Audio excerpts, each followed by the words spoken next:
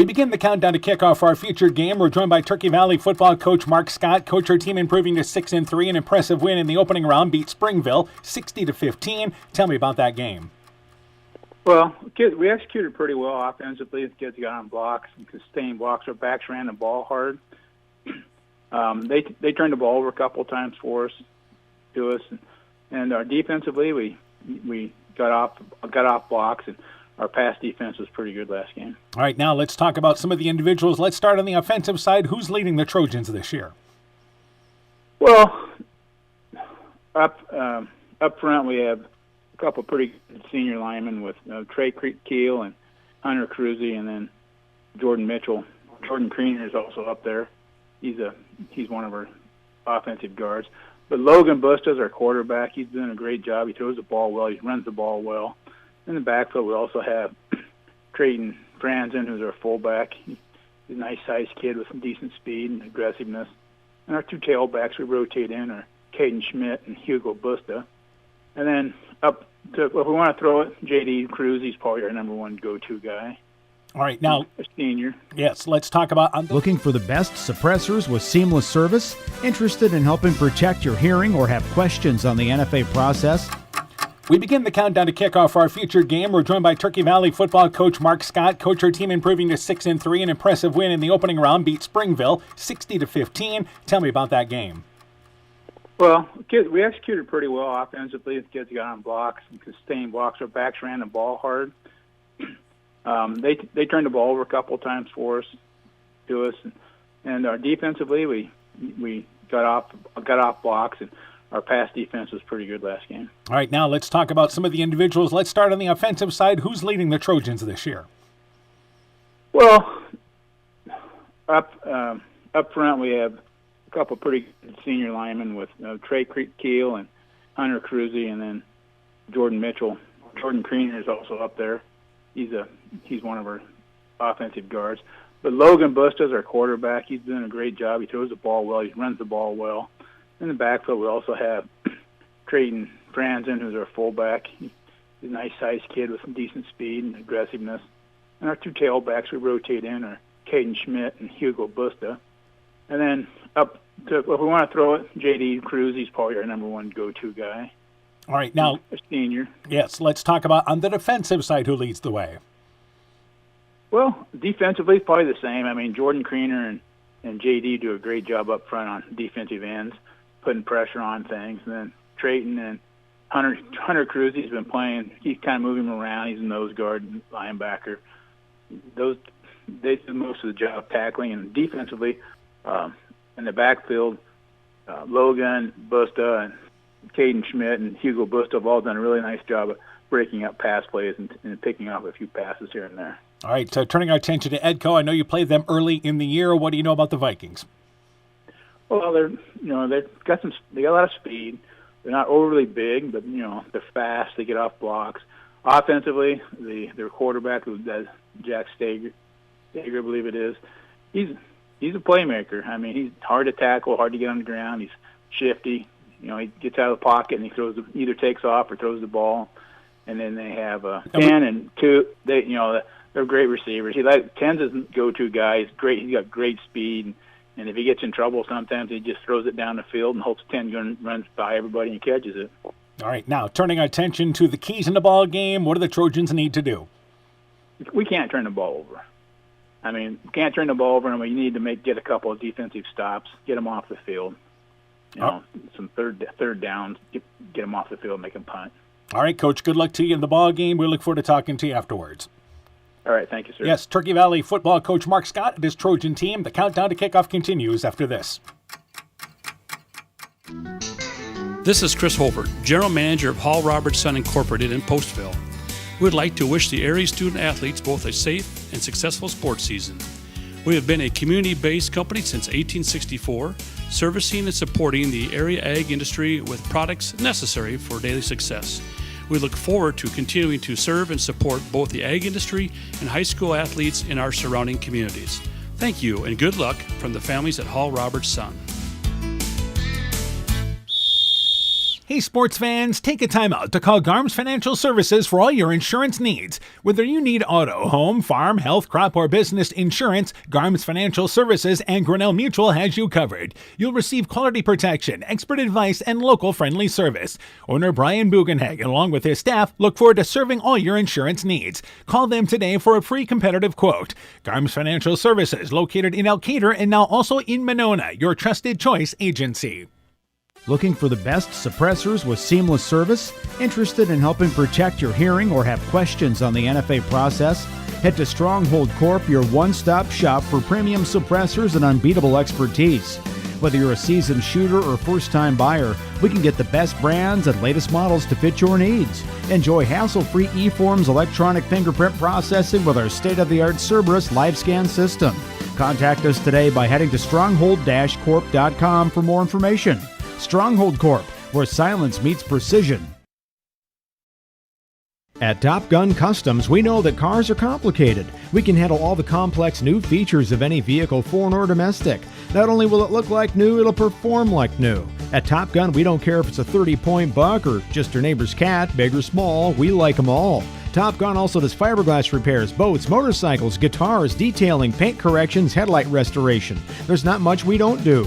Call Bob or Nancy at Top Gun for details and to schedule your repairs today. 563-964-9899. Hi, this is Tara Fink, psychiatric mental health nurse practitioner. Helping people, bottom line, is the biggest reason I chose a career in mental health. During my own struggles, it was difficult to find good support in this area. Therefore, I vowed to come back home to help meet the great need for mental health care in Northeast Iowa. I'm available for consultations at both the Walk-On and Postville Clinic locations, offering assessment, diagnosis, and medication management for all mental illnesses.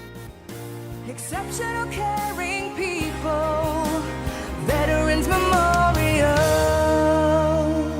Inspiring changes to a happier, healthier you is what we do at Clayton Drug. We are committed to helping you achieve the highest quality of life possible. We are a full-service pharmacy offering services such as med packing to your home or mail delivery and online prescription refill. We also offer a cash pricing program on name brand and generic prescriptions. Call 563-245-2530 to find out more. Clayton Drug, connecting the communities of Elkader, Strawberry Point, and Sumner to serve us all in between.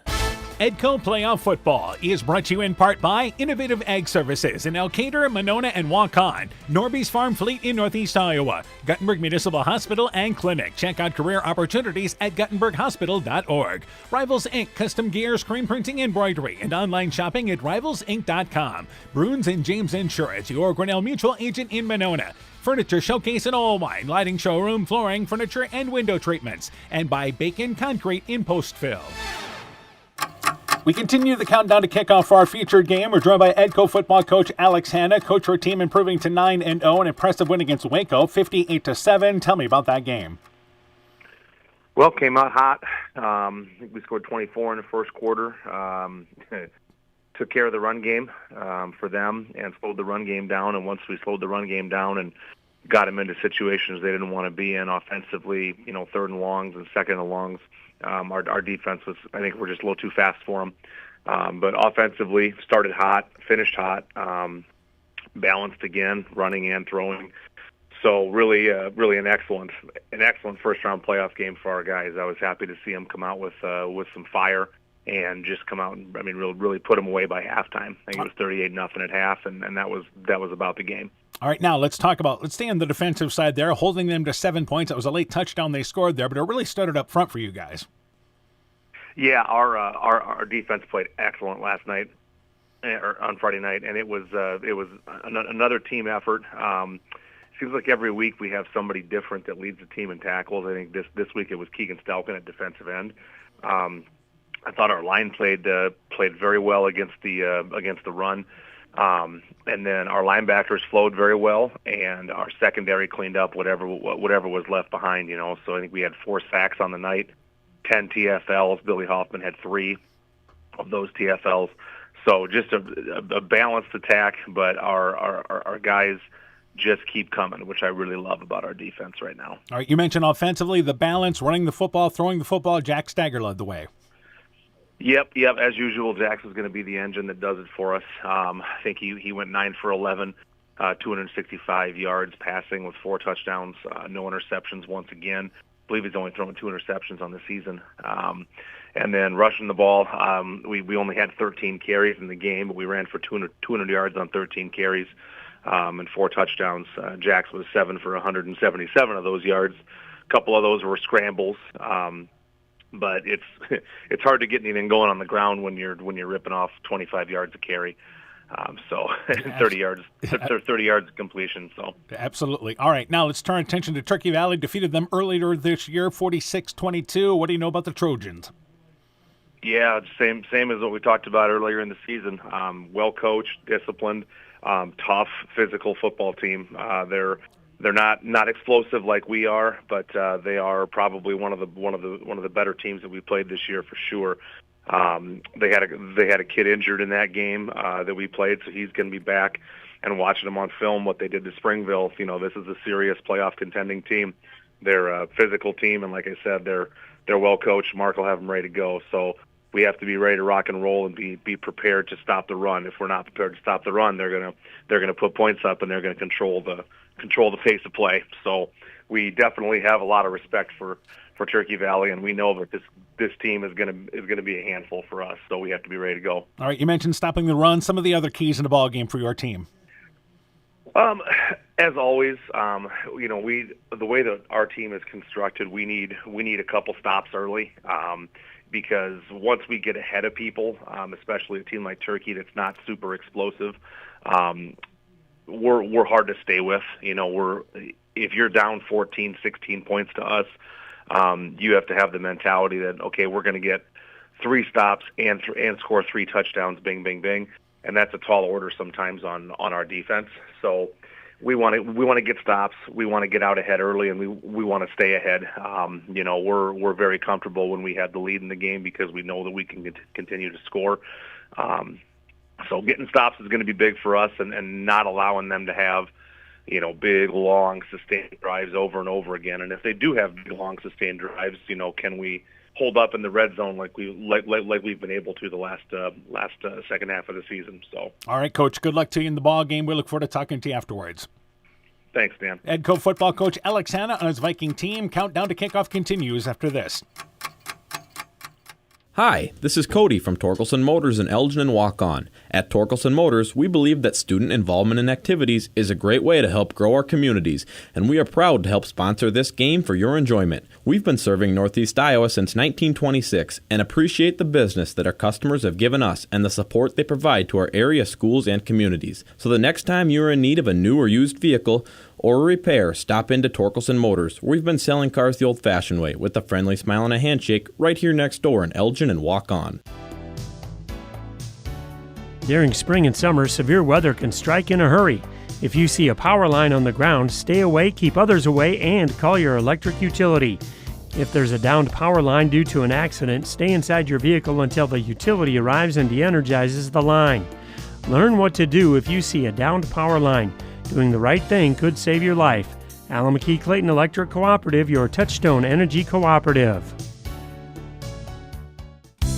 Being good at life means getting your finances in order so you can focus on the moments that matter most. With over 175 years of experience, New York Life Insurance Company offers insurance and financial solutions you can benefit from while you're, living. For trusted guidance, contact your local agents, Andrew Reimer or Troy Springer with your Vision Financial Group, proudly located and serving the beautiful Guttenberg community. Call Andy or Troy at 563-252-2471. Start planning today for peace of mind tomorrow. Your Vision Financial Group is not owned or operated by New York Life. When making up a to-do list, don't forget to include servicing your car at Edie's AC Delco Service Center in Garnavillo. Your car should have the best care, and Edie's will make sure of it. Stop in or call 964-2186 to make an appointment. Tires worn out? Well, Edie's can replace them. Need a tow? Call Edie's at 964-2186. Kay, Lynn, and Todd invite you to stop by and fill your car's tank with fuel at Edie's AC Delco Service Center in Garnavillo. Edie's open 7 a.m. Mondays through Saturdays. Alpine Communications believes connected communities become thriving communities. We are the local telephone company that became a 21st century communications provider. Alpine provides internet, television, cellular security, and telephone too. We promise personal, timely, reliable service from people who live here. When you choose us, we all thrive. Connect with Alpine Communications today. Click alpinecom.net or call 563-245-4000. Strawberry Building Supply offers all your building materials for residential and commercial projects. Whether you're building from the ground up, remodeling your home, or a weekend project, we have the materials you'll need. We are an authorized Milwaukee dealer for all your Milwaukee tools. Strawberry Building Supply also has everything you'll need for your pets and livestock. Stop into Strawberry Building Supply today at 413 West Mission Street, Strawberry Point, or call 563-933-4579. Edco Playoff Football is brought to you in part by Farmers Savings Bank of Colesburg, Elkport Garber, Strawberry Point, Arlington, Elgin, and Wadena. Member FDIC. Car Auto Group online at karautogroup.com. Fisk Farm and Home in Monona, Cresco, and Decorah. Culligan Water Conditioning in Elkader. Clayton County Recycling in Monona. Myers Auto Service in Monona. TJ's Pizza in Monona and Claremont. Dean Family Chiropractic in Claremont. And by Thompson Construction and Monona Overhead Door. Good evening once again, everybody. Ghosts and Goblins, how you doing? Dan Behrens along with Coach Aaron Hammond. We welcome you to Community Dreams Field in Edgewood. Happy Halloween. In our matchup tonight, it is Edco taking on Turkey Valley, round 2 of the 8-man game in a rematch of a game earlier this season won by the Vikings by a score of 46-22, as I'm joined by Coach Hammond.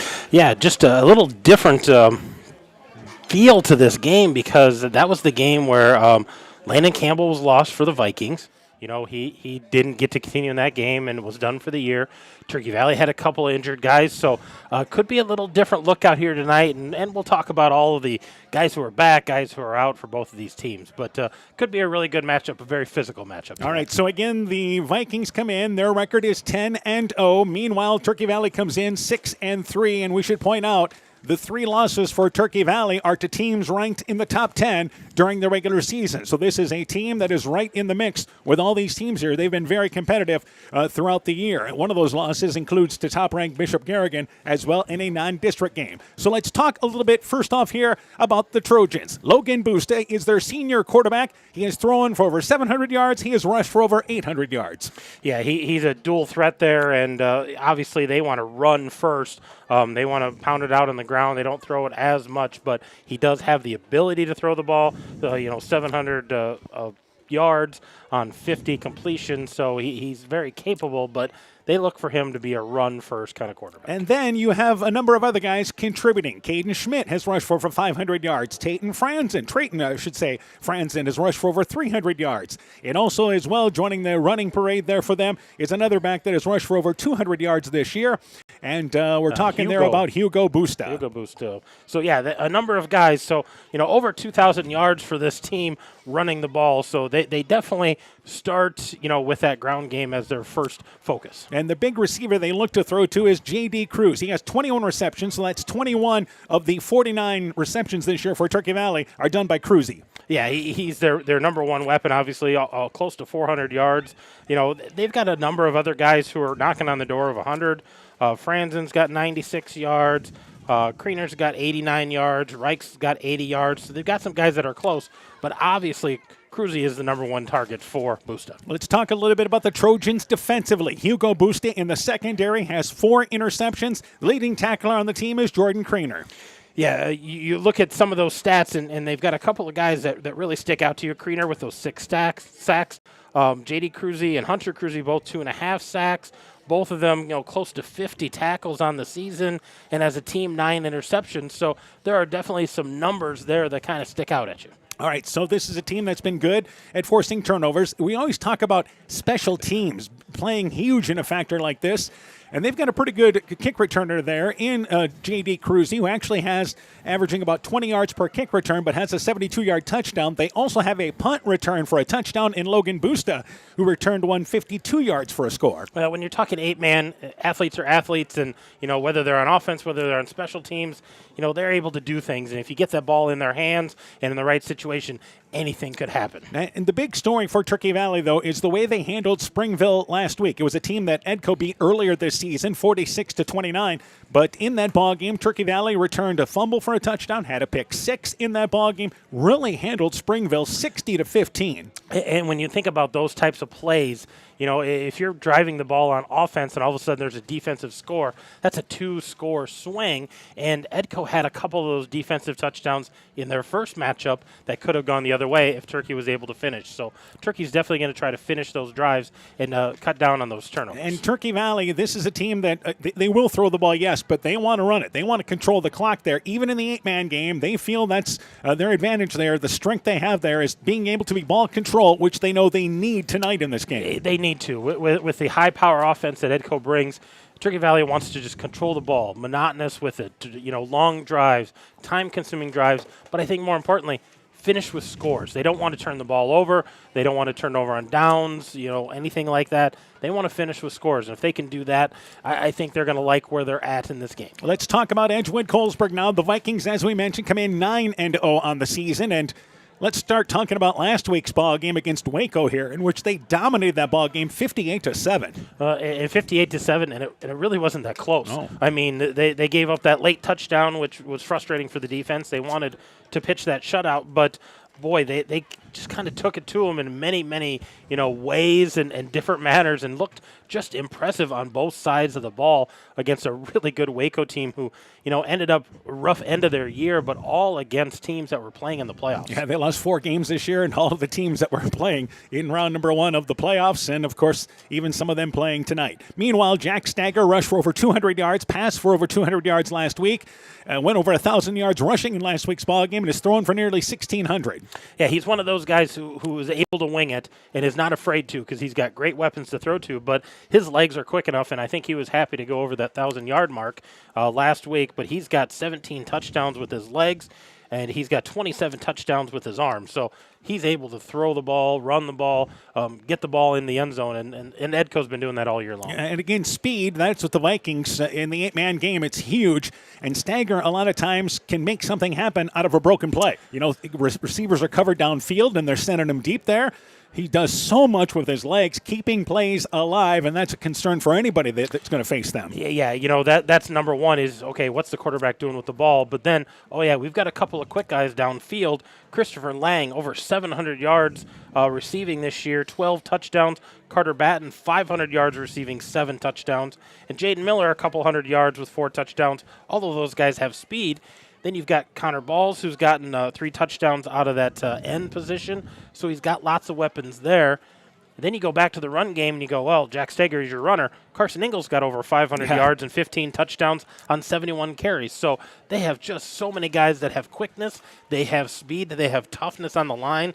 They are a complete package right now. And that's where the big thing for them has been on the offensive line up front, and many of those guys switching over to the defensive side. But the offensive line, the center, Ben Piersmacher, along with the guards, Keegan Stelkin and Brady Tyne, have done such a good job of holding up front there, creating running lanes when they need to, and giving them time in pass protection. Well, and that was one of those question marks because they lost a lot from the line a year ago, and they didn't know how these guys were going to be. And I think they have earned their stripes throughout this season, their toughness, and they're going to be tested tonight. This Turkey Valley team is tough up front. They want to run the ball. They want to be physical, and they said they were pretty physical the first time they played them. So those guys up front are going to have to be ready to go. You were talking about spreading the ball around. Lang with those 31 receptions. Miller has 20 receptions. Batten has 15 receptions, so they have spread the ball around, passing the football. The big thing that Edco has done is they have forced turnovers there. And Christopher Lang has 4 interceptions, along with a couple of fumble recoveries, including a touchdown.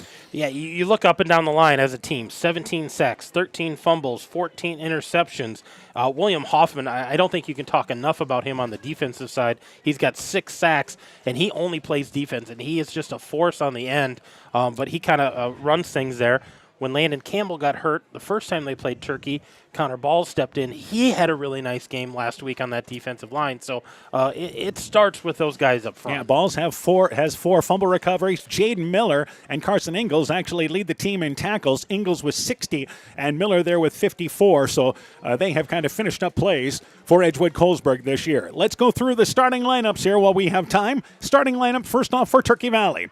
The quarterback is Logan Busta, a senior, 6 foot, 190 pounds, also plays cornerback. The fullback is Trayton Franzen. He's a junior, 6'2", 190, also plays linebacker. Caden Schmidt is the tailback. He's a junior, 5'10", 165, also plays safety. The tight end is J.D. Cruzy. He's a senior, 6'2", 168 pounds, also plays defensive end. The center, the anchor of the line, is Hunter Cruzy. He's a senior, 6'10", 217 pounds, also plays nose guard. It is Jordan Creener, one of the offensive linemen. He's a junior, 6 foot, 190 pounds, also plays defensive end. And the other starting lineman is Trey Keel. He's a senior, 6'3", 215 pounds.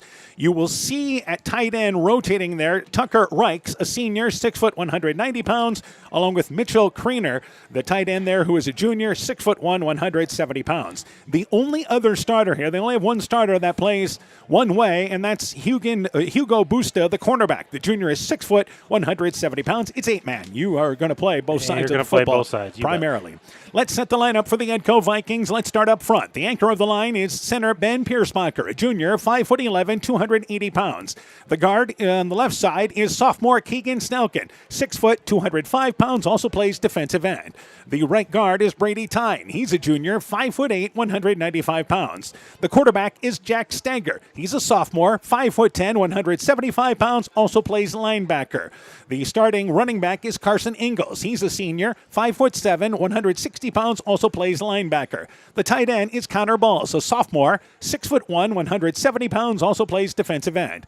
The wide receivers are Christopher Lang. He's a senior, 6 foot, 175 pounds, also plays cornerback. The other starting wide receiver is Carter Batten. He is a senior, 6'2", 170 pounds, and also plays cornerback. The other two starters on the defensive side are Billy Hoffman, the nose tackle, senior, 6'2", 205 pounds, and Jaden Miller plays linebacker. He is a sophomore, 6 foot and 150 pounds. There is your starting lineup for the ball game tonight. Our officials for tonight's ball game, head referee is Steve Meyer. He's joined by Nate Robinson, Chris Henze, Marcus Millard, and Matt Miller is your officiating crew for tonight's ball game. All right, let's talk about keys in the ball game. Let's start first off here with Turkey Valley. For Turkey Valley, we talked about those long, methodical drives, but they have to end with points. I think they have to win something in the margins, whether it's sacks, turnovers, special teams, something there. And obviously, you got to find some way to slow down the Vikings. They got speed all over the place. All right, so let's talk about keys in the ball game for Edgewood Colesburg. I think Edgewood Colesburg wants to get off to a fast start on offense, diversify their looks a little bit, kind of keep the defense on their toes. Defensively, I think they have to be ready to go. I think they've got caught off guard the last couple of weeks with a different look and not knowing what's coming. They got to be ready for whatever they're going to throw at them. And I think they need to win the special teams, extra points, finding those extra points wherever they can. Yeah, Edco's been so good at getting 2-point conversions this year, and Turkey Valley has not even attempted a PAT this season, so we expect both teams to go for 2 throughout in this ball game tonight. The other thing we saw from Edco is how strong they were up front in last week's ball game against Waco, and a similar team to Turkey Valley in the fact that they're big up front and try to bully you. They did, and I think that first series was really indicative of that, and Edco made some adjustments, put an extra guy up there and kind of shut that down, and that's what they're going to do tonight. They're going to try to shut down the run game and force Turkey Valley to pass, which they can do, but they don't do a lot. Trojans wearing their red bottoms, the white tops there with the black numbers and red trim. Trojans across the front. They have TV on the side of each side of their helmet. Meanwhile, for Edco, wearing the home black and bottoms and tops, they have the yellow numbers there with the white trim. Vikings across the front, and they have the Viking logo there on those black helmets, wearing the, once again, yellow face masks. Good crowd on hand tonight. Turkey Valley's brought a good following. On the other side, Edco side nearly filled up here on this Halloween night as we get ready for round number 2. Winner goes into the quarterfinals and faces the winner of Gladbrook, Rhinebeck, and Easton Valley. Those two teams playing tonight at Gladbrook. We'll take a break. When we return, opening kickoff coming up next from Edco. Hey, Justin Birdnow here from Birdnow Chevrolet in Monona. I want to take a moment to wish all the local athletes good luck during their game. You have worked incredibly hard and it shows during each game. Myself and the entire Birdnow Chevrolet Monona team is wishing you all that you do your best and good luck. Central State Bank provides a complete line of lending services to help you get the best out of life, from home mortgages and equity loans to vehicle and personal loans. We have expert lending professionals who will work with you to provide options to address your needs. At Central State Bank, you won't deal with a branch or department, you'll deal with a banker who is dedicated to you. Central State Bank, member FDIC. Mom, yeah, put that on my to-do list. There is more and more on my to-do list every day. I can hardly keep up, and I have to make sure everyone is paid. But who has time for the bills? You know who can help with that? Who? Elkader Tax and Bookkeeping. They not only do taxes, but specialize in bookkeeping services as well. Has your to-do list gotten too long? Want help? Give Elkader Tax and Bookkeeping a call at 563-245-2154. Edgewood Auto and Towing is an automotive repair shop, tire dealer, and 24/7 towing service. We offer full service work on all autos and semis.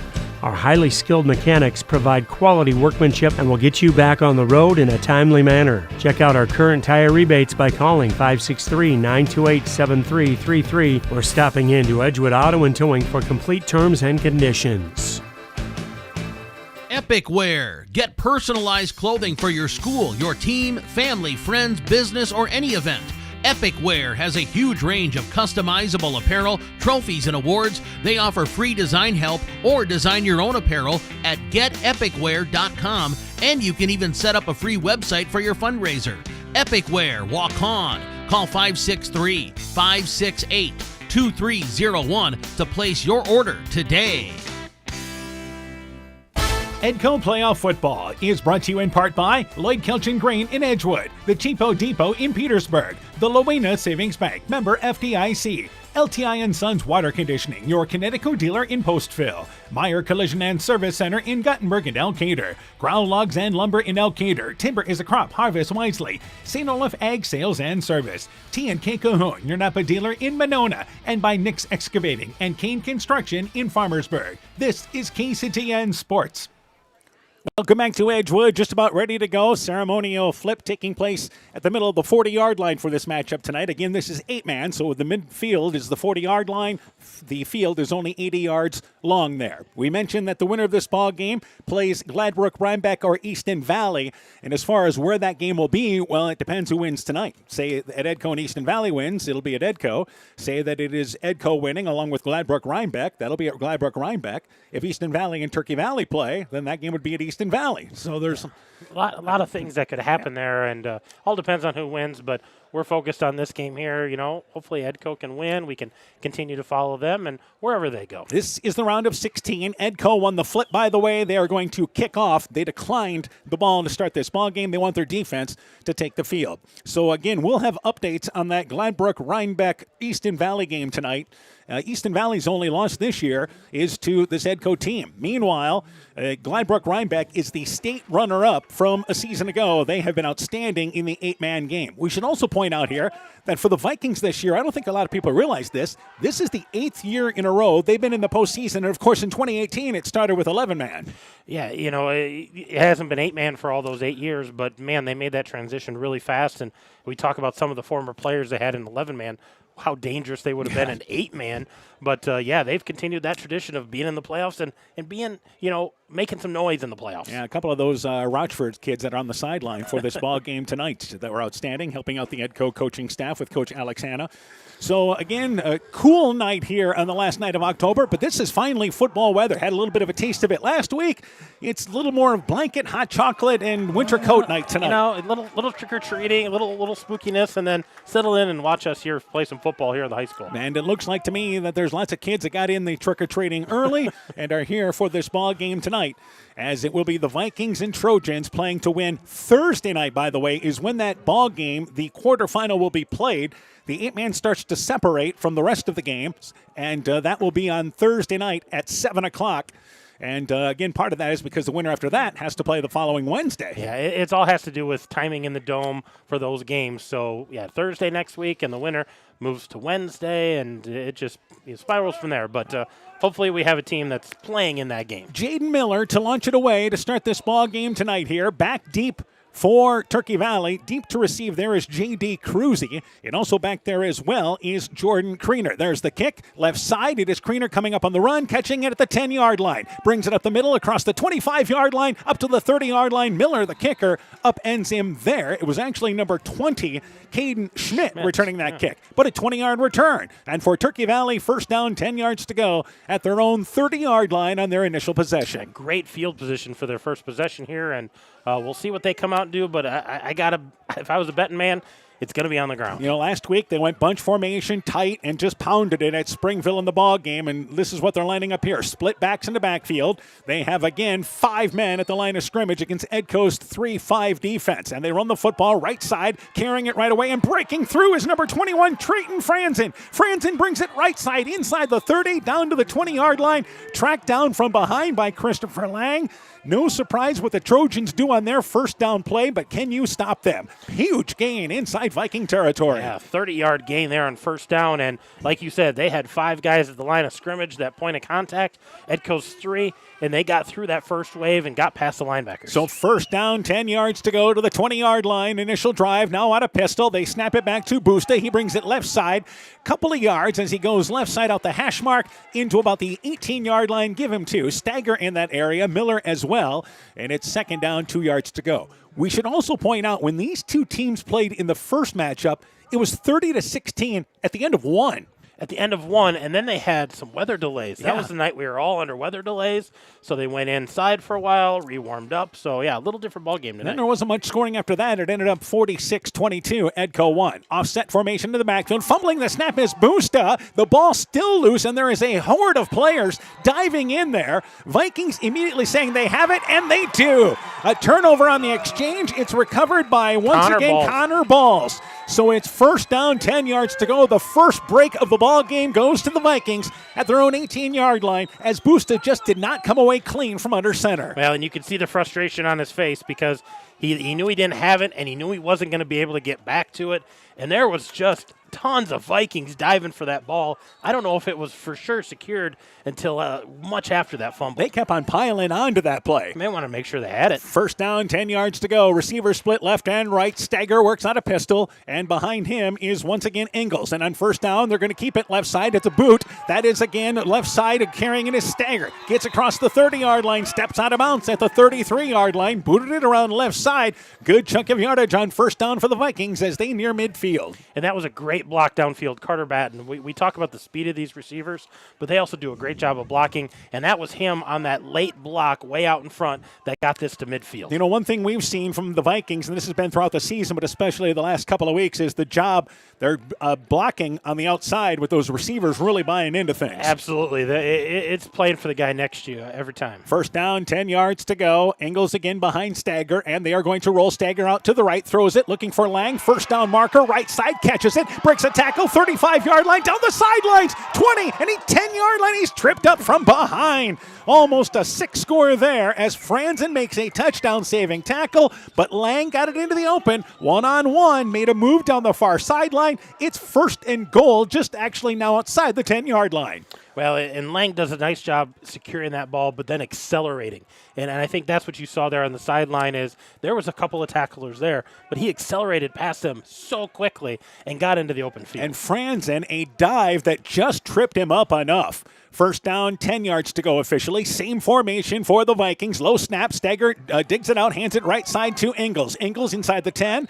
Brings it around right side, gets down to about the 7-yard line. They'll push him at the 7-yard line, and it's going to be second down and roughly 7 yards to go. Give him 4 yards on that, second down and 6. Again, conceivably, the Vikings can get a first down without scoring a touchdown, but it's really close. Yeah, it's really close, and it's interesting to see the Vikings come out mixing it up. Pass, run, pass. You know, I expect them to continue to do that. By the way, the sticks on the far first down marker there is about 6 inches away from the goal line, so they would have to be that close.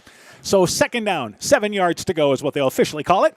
Snap back to Stagger, low snap, but he's going to bring it left side, trying to get to the edge, has to cut back up the middle, finds a little hole, 5-yard line, goes in, breaks a tackle for the score. Stagger couldn't bounce outside, cut up middle of the field. And after the turnover by the Trojans, quickly striking is the Vikings. They lead 6-0. Well, we talked about those turnovers and those marginal plays that have to go Turkey Valley's way, and there's an indication of one where it didn't. Edco capitalizes with points on the board, and now Turkey Valley's playing from behind. And again, conversions. The Vikings were outstanding on conversions last week in the 8-man game. That's so important for teams to be able to cash in on those opportunities. And it's going to be the 2-point conversion try.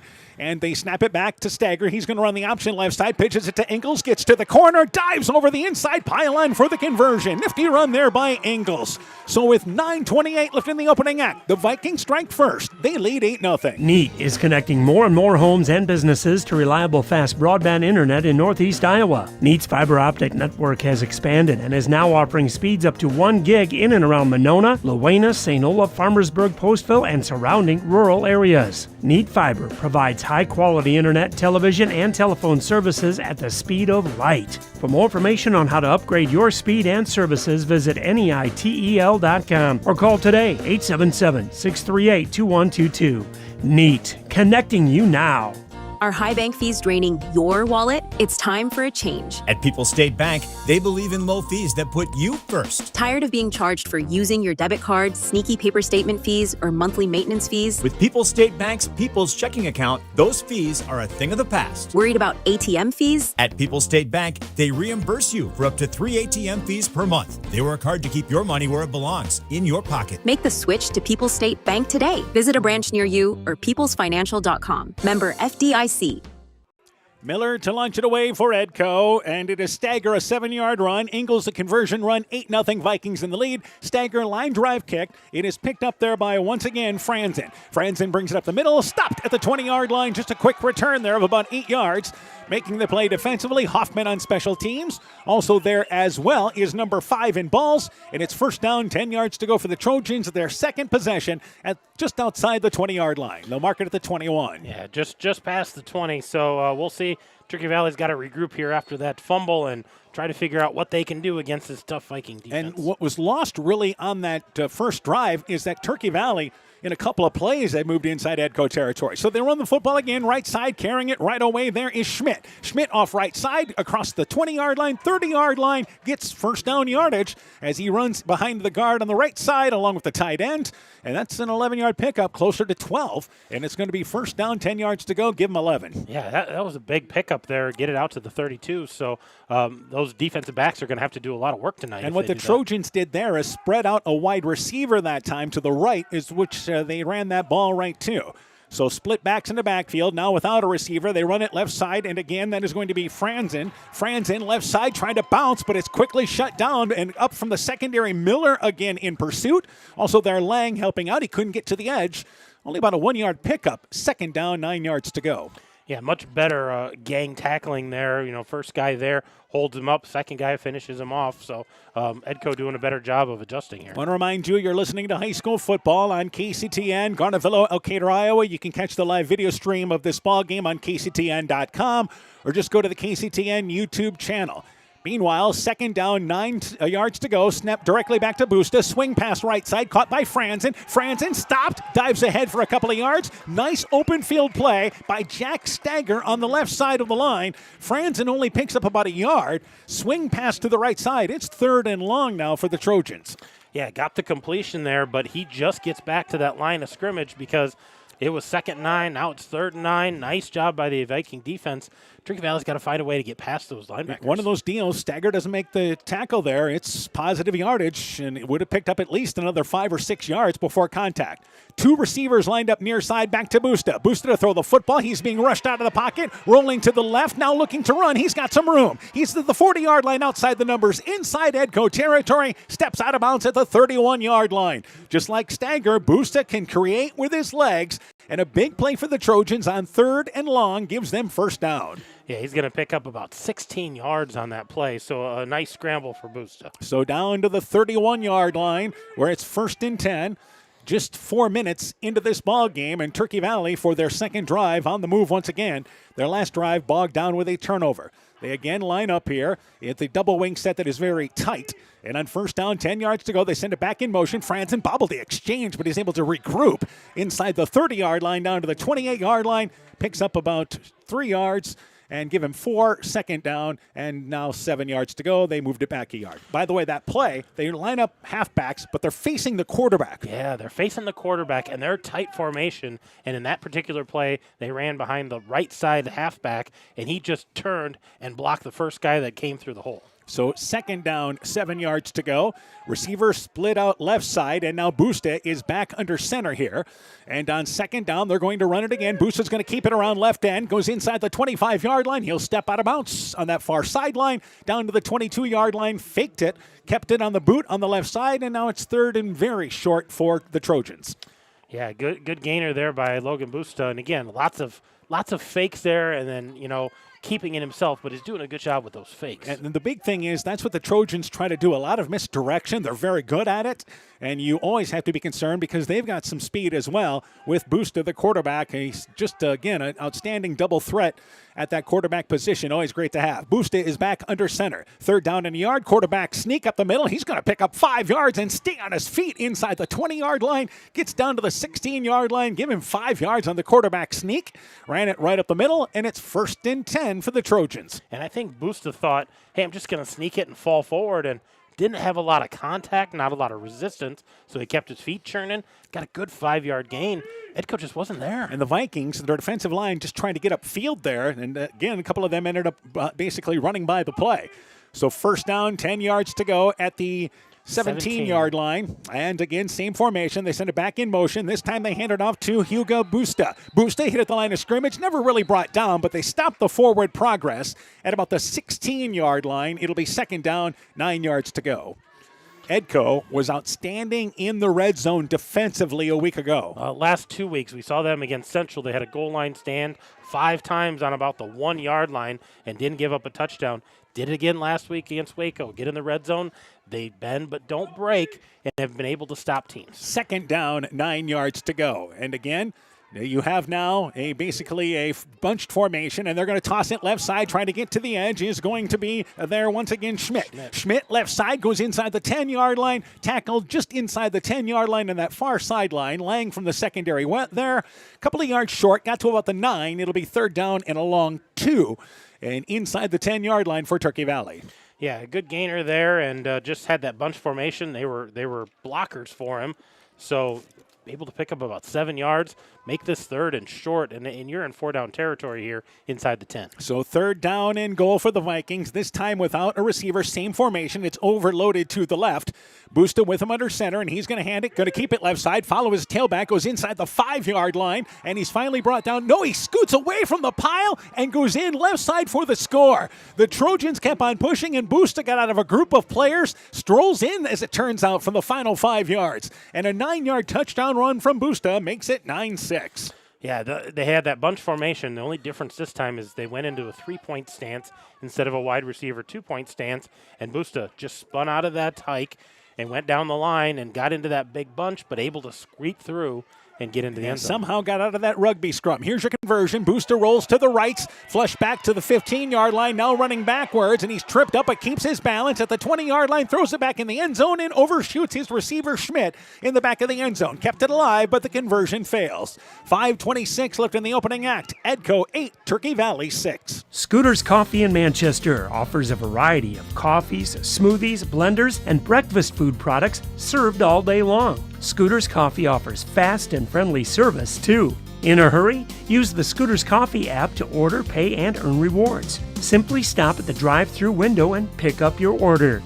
Scooter's Coffee is open Monday through Saturday, 5:30 a.m. till 8 p.m. and Sunday, 6 a.m. till 8 p.m. We look forward to seeing you at Scooter's Coffee in Manchester. Edco Playoff Football is brought to you in part by The Edgewood Reminder, Wolfie's Retreat Dog Grooming, Boarding, and Daycare in Manchester, Del Clay Farm Equipment, your Kawasaki dealer in Edgewood, Nutrient Ag Solutions, Leonard Muller Funeral Home and Crematory in Manchester, Edgewood, and Strawberry Point, Kendrick Forest Products, buyers of standing timber, Edgewood Farm and Home, Community Insurance with offices in Edgewood and Delhi, Blooms Flowers Gifts and More in Edgewood, and by Northeast Iowa Subdrains in Strawberry Point. Logan Busta, a 9-yard touchdown run, but the conversion pass fails, so Edco leads by a score of 8-6. J.D. Cruzy to launch it away from the 30-yard line for the Trojans. And we have 5:26 left here in the opening act. Back deep to receive. You have Lang back there and Stagger. Lang on the far side, Stagger near side. So here's the kick from Cruzy. This ball going to go over the head of Lang. It'll go into the end zone. Hit it about the 3-yard line. Kicks back. And the best way you can stop Edco speed on special teams is to put it into the end zone. And it's to the 15-yard line where the Vikings take over. First down and 10 yards to go. Well, Vikings came out last time, had a good pass play, mixed in the run. We'll see what they come out here. But Turkey Valley's got to make some adjustments here, figure out what they want to try to take away. So the Trojans have had 2 drives inside Edco territory, but they fumbled on the first drive, which the Vikings took advantage of. This is Edco's second, once again, touch of the football. From their own 15-yard line, receivers split left and right. Stagger is out of shotgun formation, and he's got, again, to his backside, Ingles, and they now run up the middle. Ingles, a couple of yards up the middle, across the 15-yard line, stops short of the 24-yard pickup on first down.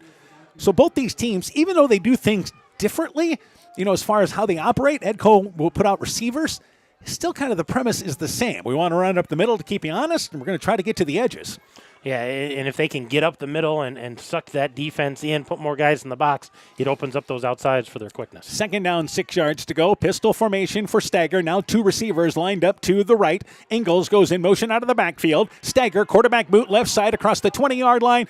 25-yard line, dives ahead near first down yardage. I think they're going to give him 2 at the 25-yard line, and that will move the chains for the Vikings.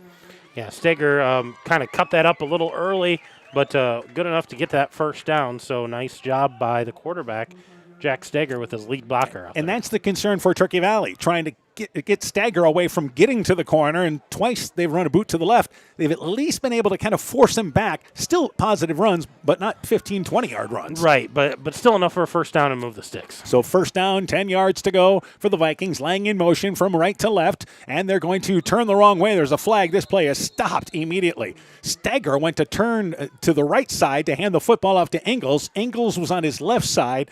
So that play was busted from the get-go, but it was blown dead immediately, and the Vikings were moving up front. It's the Trojans lined up off sides. Off sides, yeah, 5-yard penalty. Yeah, so again, first down, 5 yards to go now for Edco.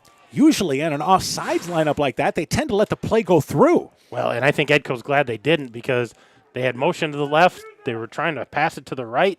The guy went left, so it was a busted play right from the start. First down, 5 yards to go. Now you've got an empty backfield for the Vikings. 2 receivers to the left, 2 to the right. Stagger again works out of shotgun formation, standing in his own 25-yard line. And there's a snap back. Stagger rolling out to the left, looking to throw the football, looking short, in and out of the hands, overshotting. Actually, Ingles there did get a hand up on it. 2 Trojan defenders in that area in Cruzy, along with Schmidt. And it's second down, 5 yards to go. Initially, it looked like Stagger was looking deep. Turkey Valley had defended that well. He went to the inside route there with Ingles.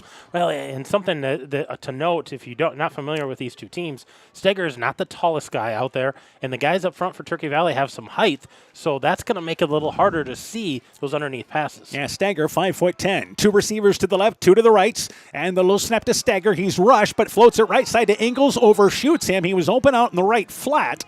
Would have picked up at least a few yards, but overshot because of the pressure by the Trojans, and that was number 24, Mitchell Kriener, getting back in there, and it's third down, 5 yards to go now for Edco. Yeah, Edco tried a couple of pass plays there, not able to hook up there, so going to go back to the run here, I would guess, to try to pick up this first down. And again, the Vikings have been good throwing the football this season, as Stagger has completed 70 out of 121 passes. So again, a pretty good percentage this year, 0 for 2 so far in this drive. 3rd and 5, they drop back. Stagger going to step up, going to run, but the play is broken down. He somehow evades one tackler, but cannot evade number 2, J.D. Cruzy, as he gets across the 30 to the 31-yard line. Stagger was looking deep. Again, the Trojans, good coverage in the secondary. He tucked it to run, and it ends up a 4th down situation here for the Vikings, and this is going to be an interesting 4th down decision here. Yeah, I think they've got the same guys out there. They're looking like they're probably going to go for this, but obviously Turkey Valley got the memo that, hey, Edco's pretty fast.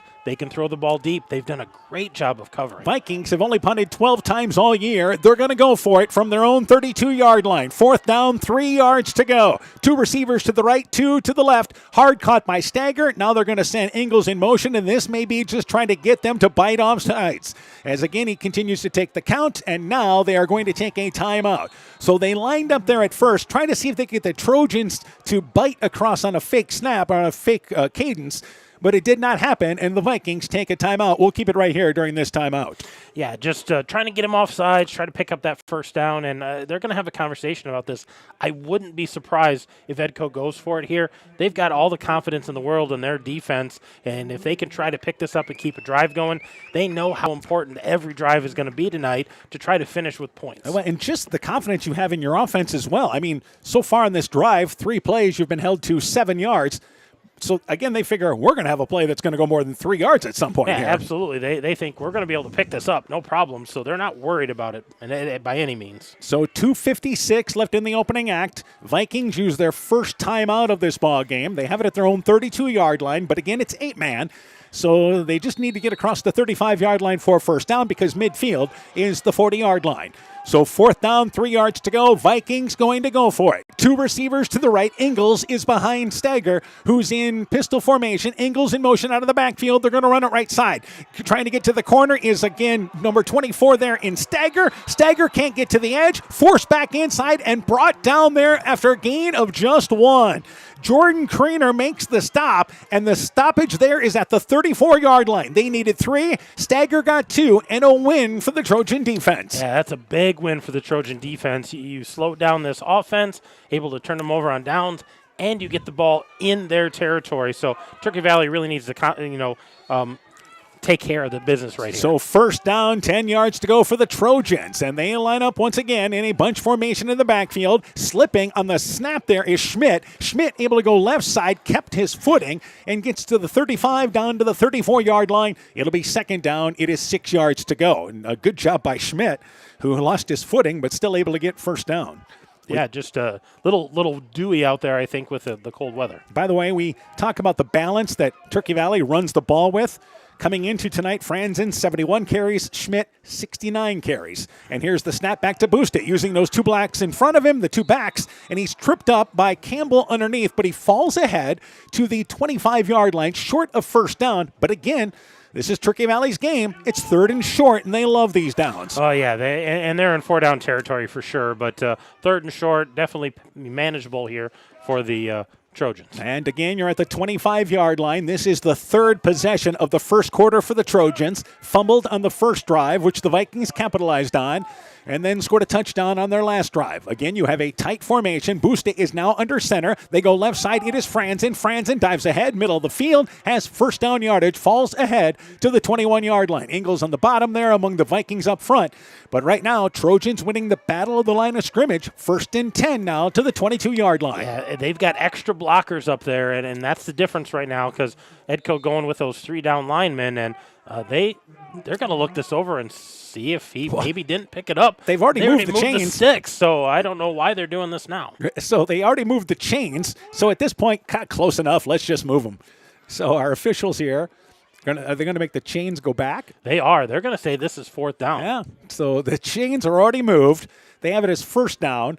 So it's going to be 4th down. But he fell ahead what looked like inside the 22-yard line, but they put the ball short of the 22-yard line. So it's 4th down for the Trojans, but it is 4th down, and a great job by Steve Meyer, a head official, to eyeball that from the middle of the field there to the sidelines and realize it's about 6 inches short. Yeah, it's a little short, he says, so we're going to reset the sticks. And you can see Turkey Valley's coach going, wait a minute, you already moved the sticks.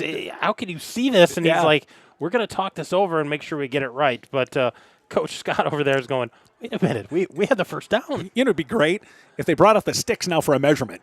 Because this is just guessing at this point. Well, and I don't think they moved the tag, so they would know where the marker is. But, yeah, absolutely at this point, they're just guessing. And I think they're going to have to leave it, say this is 4th down and a little short. But it doesn't. It looks like it's a first down. They're having a conversation. Our 3 officials in the middle of the field.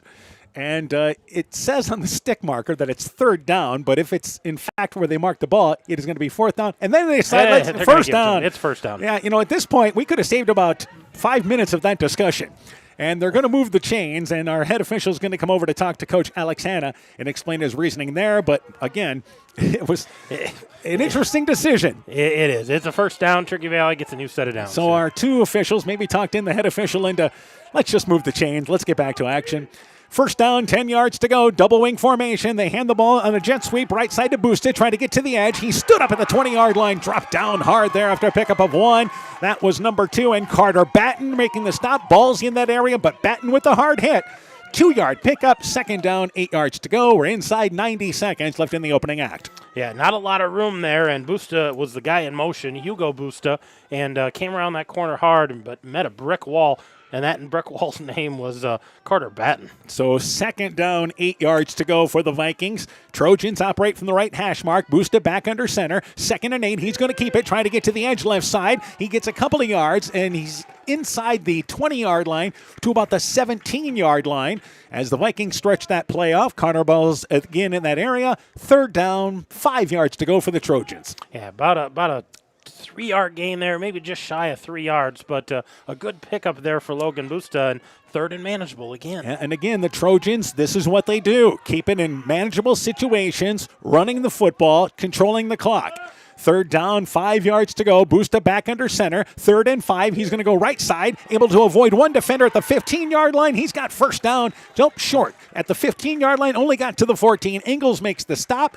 There was nothing up the middle. The Vikings had to fence that well, but Busta bounced it near side, and it's 4th down, but it's only 4th on the yard. He picked up 4, and I believe the first quarter is going to come to an end. We've played 1. Trojans marching. Vikings lead 8-6. You're listening to high school football from KCTN Sports. Northern Country Co-op and Viafield are now Nexus Cooperative, your full-service ag partner supplying all your agronomy, energy, feed, grain, and lumber needs. Our highly knowledgeable and experienced team utilizes the latest technology in feed manufacturing, agronomy services, precision ag, plant and animal nutrition, energy products, and grain marketing to keep our customers ahead of the rest. Stop in today at any of our 26 locations across northern Iowa and southern Minnesota, or visit us online at nexus.coop.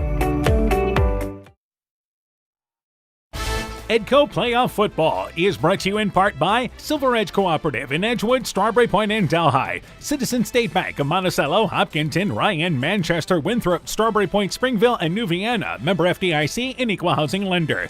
Edgewood Convalescent Home and Lincolnwood Assisted Living. J&J Land Solutions in Edgewood. Rockwire Appliance and TV, the home of quality service with the lowest price guaranteed in Prairie du Chien, Waukon, Decorah, and Viroqua. And Elkader Chiropractic Center, Dr. Jamie Hammersland. Entertaining first quarter type of game we thought we'd get. Turkey Valley, a team that, again, going to try to control the clock here. Edco, a team that can use the big play, it seems like, at any time. But again, it is 4th down now for Turkey Valley, trailing 8-6. They're at the 13-yard line, and they operate from the right hash mark. So this is, again, another short situation. And Turkey Valley on this drive, they found themselves in very manageable positions. They line up again, almost looks like a victory formation, but they're going on a quarterback sneak, and Busta actually slips and is down at the 15-yard line. The Vikings crushed the middle of the line of scrimmage. Busta lost his footing, and because of that, the knee went down at the 15-yard line, and the Vikings defense gets a monstrous stop. Yeah, that just, it looked like they were in victory formation, but we knew they were getting those extra blockers up there to try to just force the ball for that 1 yard, and Busta loses his footing. Good push up front by the Viking defense, and that thing was blown dead instantly. The Turkey Valley Trojans turn it over on downs. All right, a score to pass along. Gladbrook Rhinebeck leads Easton Valley at the end of 1, 7-6. They've got a good game going on there. First down, 10 yards to go. Vikings run the football with Ingles right side. He's able to shake off a tackle, but again, brought down from behind. He was able to get by the first defender, gets out to the 15-yard line, and only gets a yard across the 15-yard line there. And it's 2nd down, 9 yards to go. Good track down there, I believe, by Mitchell Kriener on the left side of the Turkey Valley line, because Ingles actually avoided him at first. He did, and his head turned funny, so it made me think maybe he got a piece of the helmet, but no flag there, and they're going to give him just a minimal gain, maybe a half a yard. Yeah, they were running near side right at the official on the sideline. So 2nd down, 9 yards to go for the Vikings. And again, you have two receivers split out to the left side. Ingalls is behind the quarterback Stagger. And on second down, 9 yards to go, Stagger to throw the football. Looking right side, the pass for Batten. Knocked away late by Logan Busta. Had Batten at the 33-yard line near side. And Logan Busta closes down to knock it away. And it's third down, 9 yards to go for the Vikings. Yeah, good defense there by the Trojans, because I think if Batten catches that, he's got a lot of green grass in front of him, but knocked away, not able to secure that. So we'll be third down here for the Vikings. So the Vikings challenging the Trojans secondary really for the first time tonight. So third down, 9 yards to go. Vikings in a long situation. And they'll bring two receivers to the right, two to the left. Again, Stagger is alone in the backfield out of shotgun. And on third down and 9, Stagger to throw the football. Dropping back, looking right side, the pass for Lang. Caught! Middle of the field, 30-yard line. Makes the defender miss. And here's Lang down the far sideline. 30, 20, 10. Keeps his feet, and he goes out of bounds inside the 5-yard line.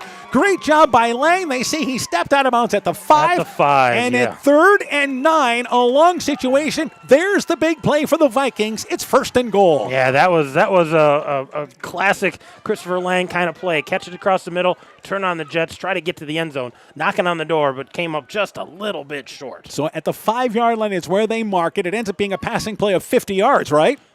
40, 45, 50, 55. You're the math 50, teacher. 59 yards on that. They were from the 15 to the 15 5-yard line. to the 5, yeah. Okay, yeah. So that actually 54 yards. Something like that. Yeah. First down, 10 yards to go. From the 5-yard line, they operate from the left hash mark. Snap back to Stagger. Stagger gives it to Ingalls. Ingalls up the middle, goes in, standing up for the touchdown. After the big reception from Stagger, hooking up there with, once again, Lang. It is Ingalls that finishes it off. A 5-yard run, and the Vikings lead 14-6. Yeah, just giving that ball to your hard-working running back there, and Ingalls tucks it away, goes in tough, and gets the touchdown. And again, the ever-important 2-point conversion here, which could be a difference maker if this stays a close ball game. This is going to be it's huge, especially in the 8-man game, to cash in on these opportunities on conversions.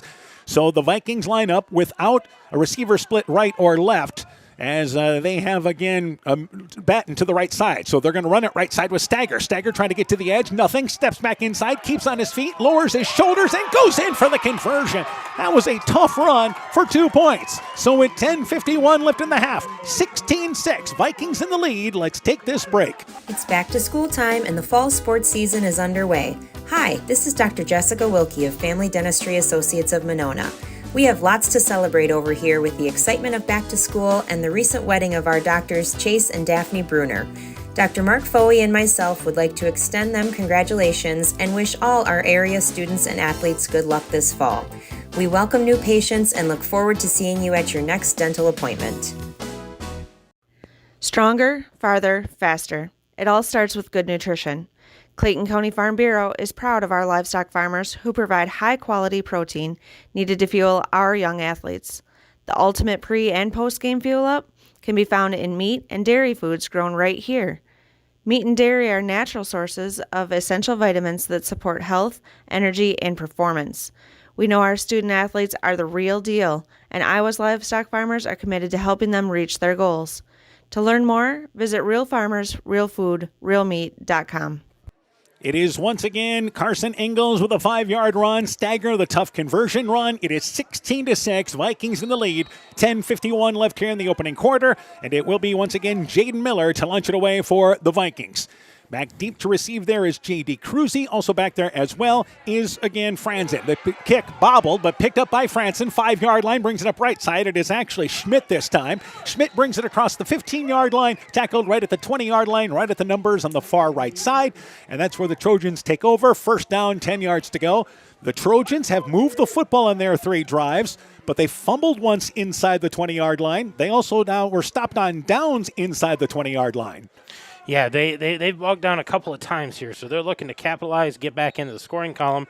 Edco defense here has started to strap down a little bit. First down, 10 yards to go. Back to Busta out of the spread formation. Brings it left side, tripped up at the line of scrimmage. He'll get out to about the 23-yard line.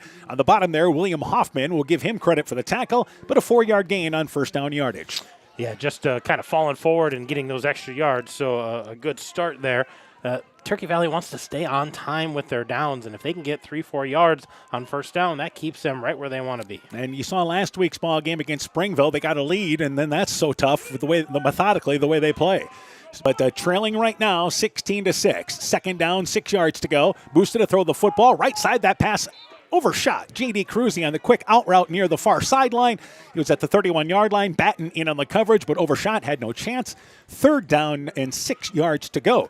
And like we mentioned, the Trojans don't throw it a ton, but when they do, they're not so bad at it, as Busta has completed, again, this season, 50% of his passes. Yeah, and they gain, about 15 yards every catch. So it's a useful play for them when they can do that.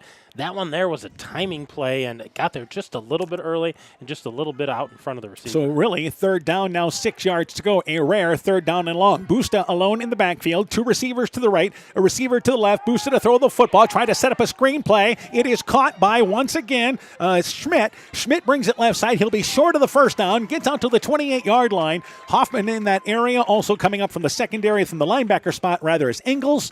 And it's a swing pass left side, as it turns out. Fourth down, but it's 4th and 2, and an interesting decision here for the Trojans. Yeah, 4th and short, and they're still in their own territory, not quite to midfield here. So I would expect them to punt this away, but you never know. They might feel like, hey, we can pick up 2-3 yards and keep this drive going. I think as being an underdog, and they're an underdog coming into tonight, having lost to Edco earlier, they're going to err on the side of being aggressive here. They realize they don't want to get into a high-scoring affair, and I think they fear giving the ball back to Edco. But 4th down, it looks like they're going to go for it. Back goes in motion. Vikings jump, but they stay. They call them off sides.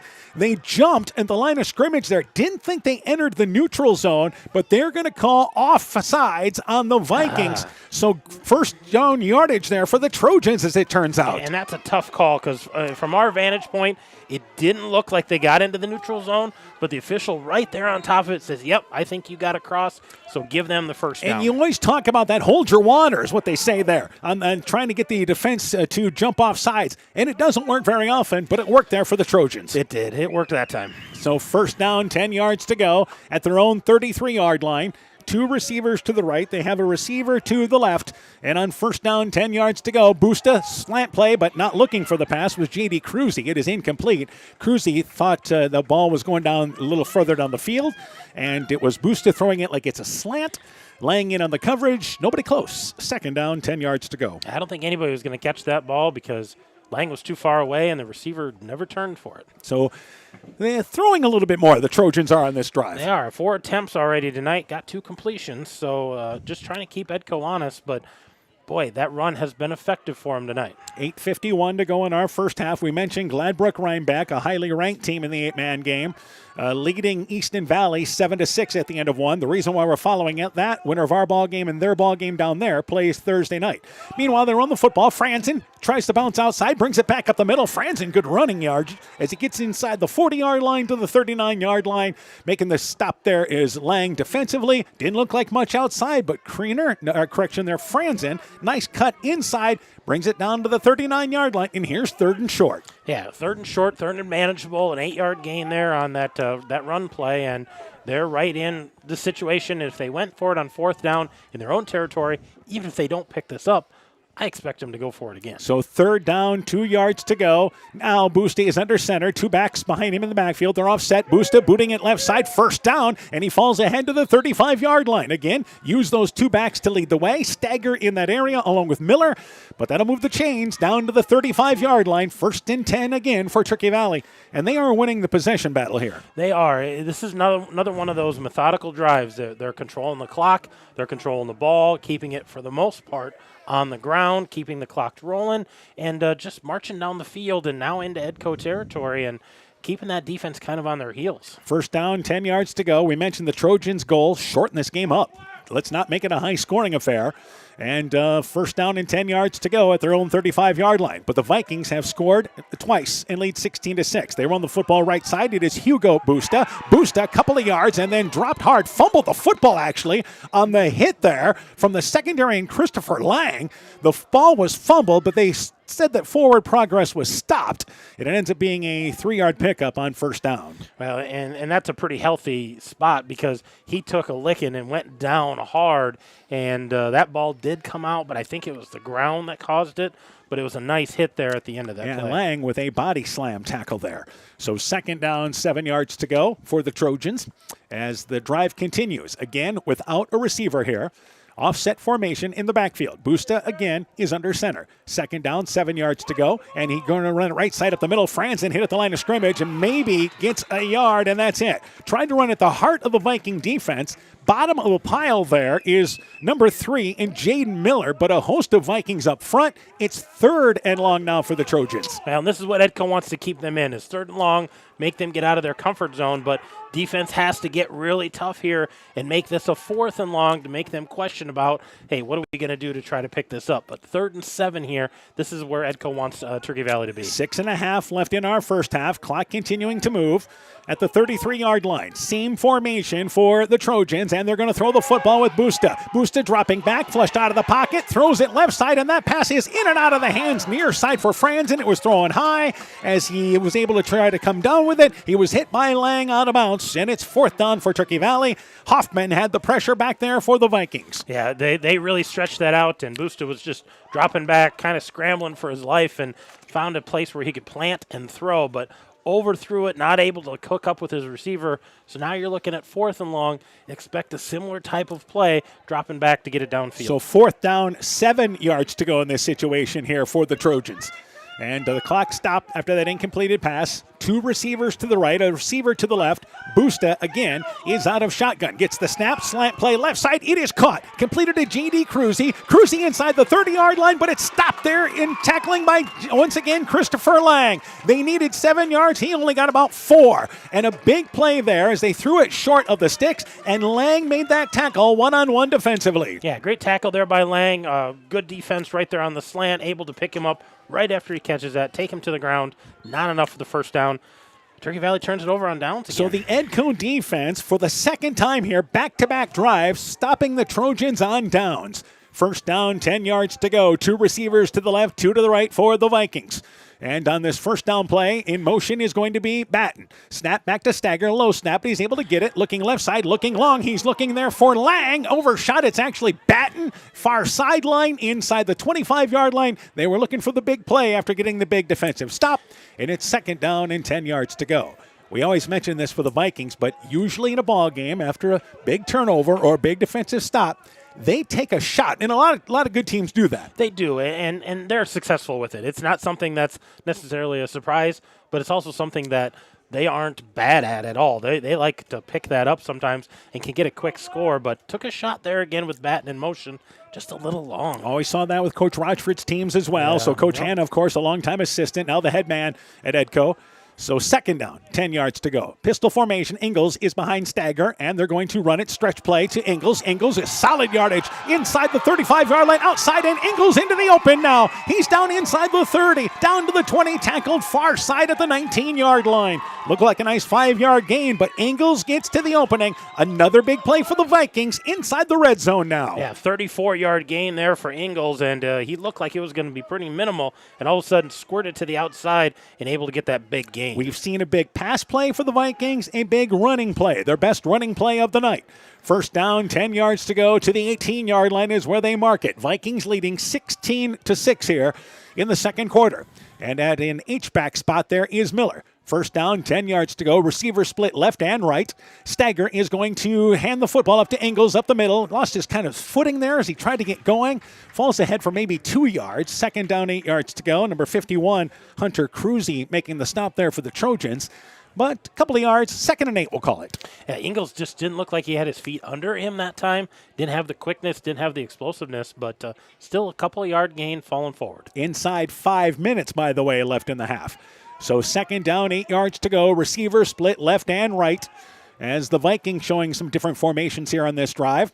And Stagger back out of pistol. Second down and 8, low snap. Stagger bobbles it, but he's able to pick it up. Busted play. He's going to bring it inside the 15-yard line for a couple of yards. He had to pick up that ground ball snap, and he's able to get ahead for maybe 2 yards, and it's going to be 3rd down, 6 yards to go, as that play, again, kind of disrupted its rhythm right away there. I'm glad Jack Steger plays shortstop because he scooped that up nicely and able to make something out of that and make third a little more manageable here. So 3rd down, 6 yards to go. Obviously, it is 4-down territory. It's the 8-man game. It's almost always 4-down territory.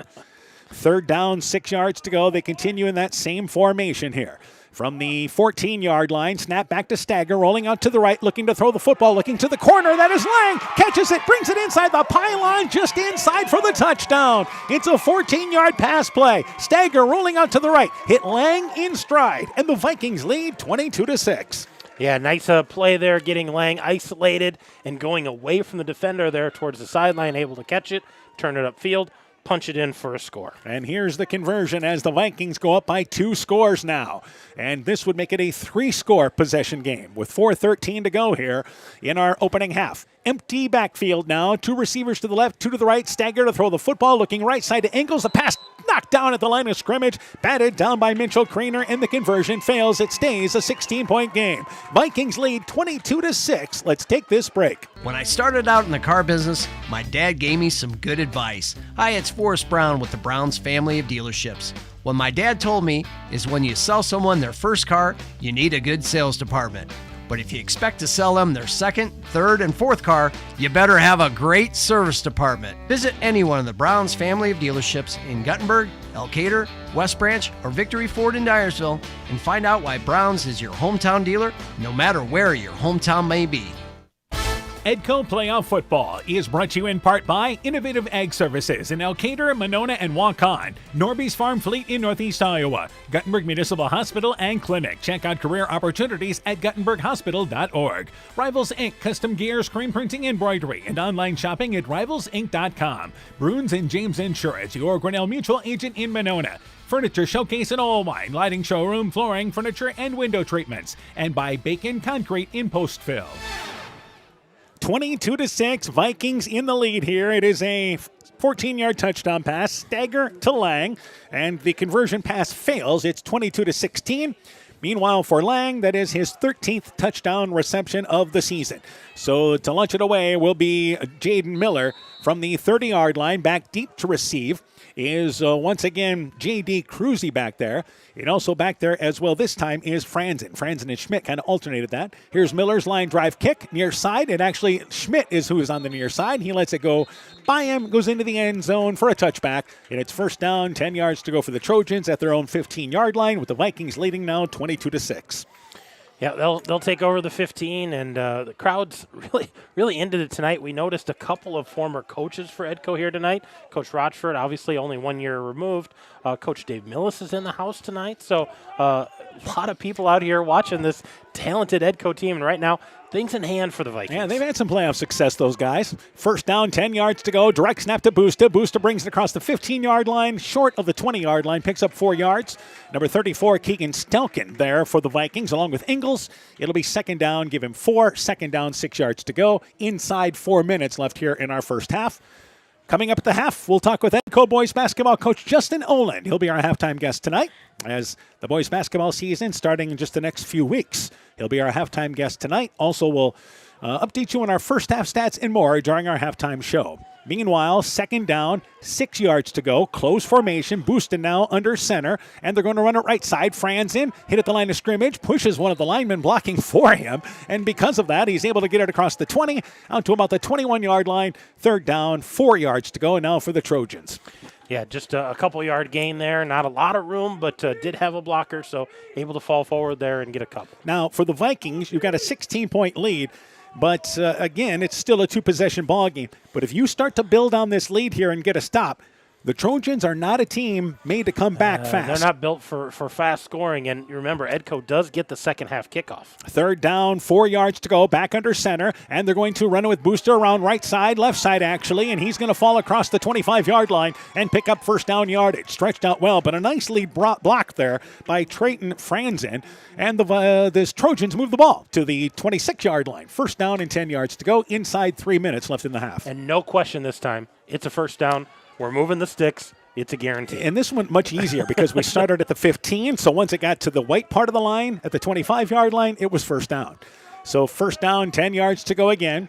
Tight formation for the Trojans as they have 5 up front. Boosted to throw the football. Looking right side, flush, throws it up, middle of the field. He's looking for a receiver in J.D. Cruzy, who catches it at the 20-yard line, gets down to the 10-yard line, and it's first and goal. Carter Batten makes the stop. First off, throwing from his back foot is Busta, and catching in his stride is Cruzy. Big play for the Trojans. They mark it down at the 11. It's first and 10. 46-yard pass play there from midfield to get it knocking on the door in the red zone. And he was pressured, Busta was, but somehow launched it, Batten in one-on-one coverage, and a great job by Cruzy catching it in stride for a big play. Yeah, over the shoulder, catching in stride, and able to haul that in and still try to scamper and get away, but nice touchdown-saving tackle there by Batten. First down, 10 yards to go. Trojans back inside Viking territory. They run it right side, and this time again into Schmidt. Schmidt around right side, stood up as he goes inside the 10, never really brought down, but he stood up from the secondary there in Jaden Miller. They give him forward progress just inside the 10, and it's going to be second down and 8 yards to go. We'll call it 2nd and 9. We are inside 2 minutes left in the half. Maybe the Vikings heard us talking about not a quick score team, I should say. Yeah, the Trojans went, well, we can try to score quickly, and Busta, like you said, threw that off his back foot, never stepped into it, and had a nice pass in stride. So second down, 9 yards to go. Always good to have a senior at quarterback if you can. Second down, 9 yards to go. Back to Busta, who's going to bring it left side. A hit and dropped immediately. And that time, Jack Stagger. Stagger not only plays quarterback for the Vikings, plays linebacker too. They lose yardage back outside the 10, and a timeout taken here. And I think this is the Vikings taking a timeout, perhaps. I think this is the Trojans. They wanted to stop the Which clock. Is surprising. Which surprises me. Yeah, absolutely. Because you might give Edco a chance here. So we've got a timeout on the field. We'll take this break with 1:23 to go for Edco leading 22-6. At Freedom Bank, we're more than a bank. We're 100% employee-owned and proud to be part of the communities we serve. Our home equity line of credit is a smart, flexible way to use the equity you've built in your home. Whether it's home improvements, tuition, or unexpected expenses, Freedom Bank empowers success with local lenders you know and trust. Visit us today and let's build your future together. Member FDIC Equal Housing Lender. All loans are subject to credit approval.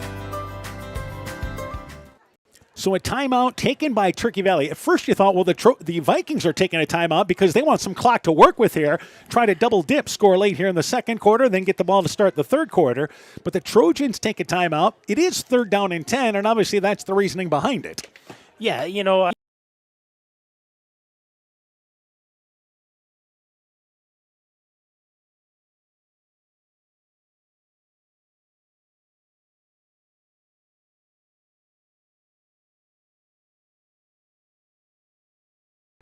Hello. All right, we're back. Sorry, I lost audio for a second. You haven't missed a thing.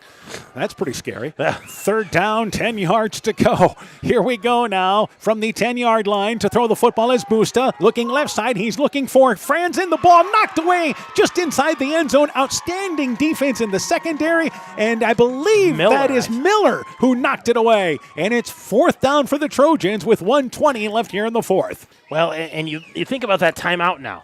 Okay, you took the timeout. You wanted to make sure you had the third down play. But now you're at fourth down, and you essentially have to get it in for a touchdown. If you don't, it goes back to the Vikings. If you do, it's going back to the Vikings again, and they're going to take another timeout here. Well, this one, a little more understanding because it's fourth down. The clock has stopped. Right. This one you can understand because this is a fourth down play.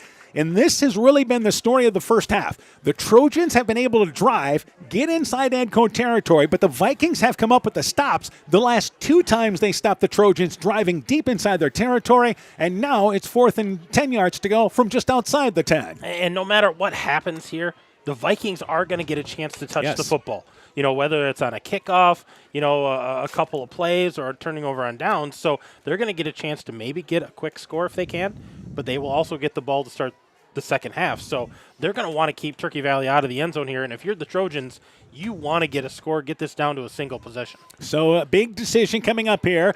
And for the Trojans, they've thrown the ball a couple of times, the last couple of drives more so.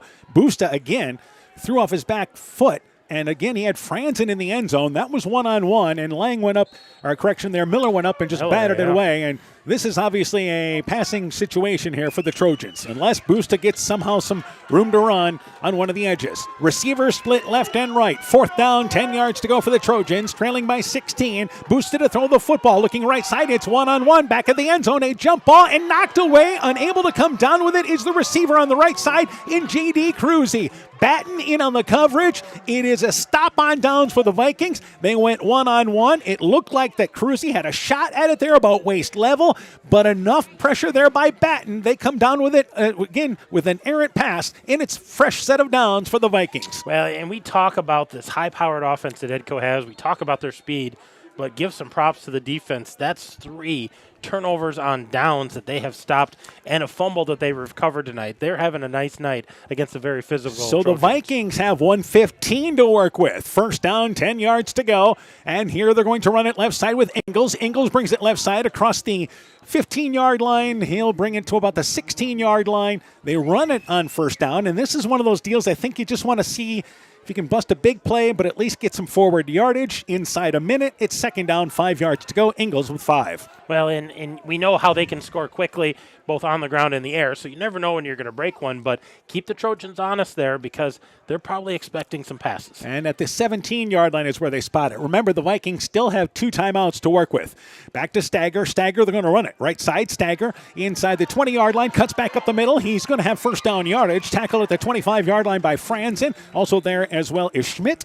But a fresh set of downs, and now the Vikings will use a timeout as they get out to the 25-yard line. So 36 seconds left in the half. Timeout taken by the Vikings. They lead 22-6. Let's take this break. The Woodland Eye Clinic in Elkader and West Union are proud sponsors of high school sports. We are committed to bringing our patients the highest level of total eye care with detailed one-on-one attention.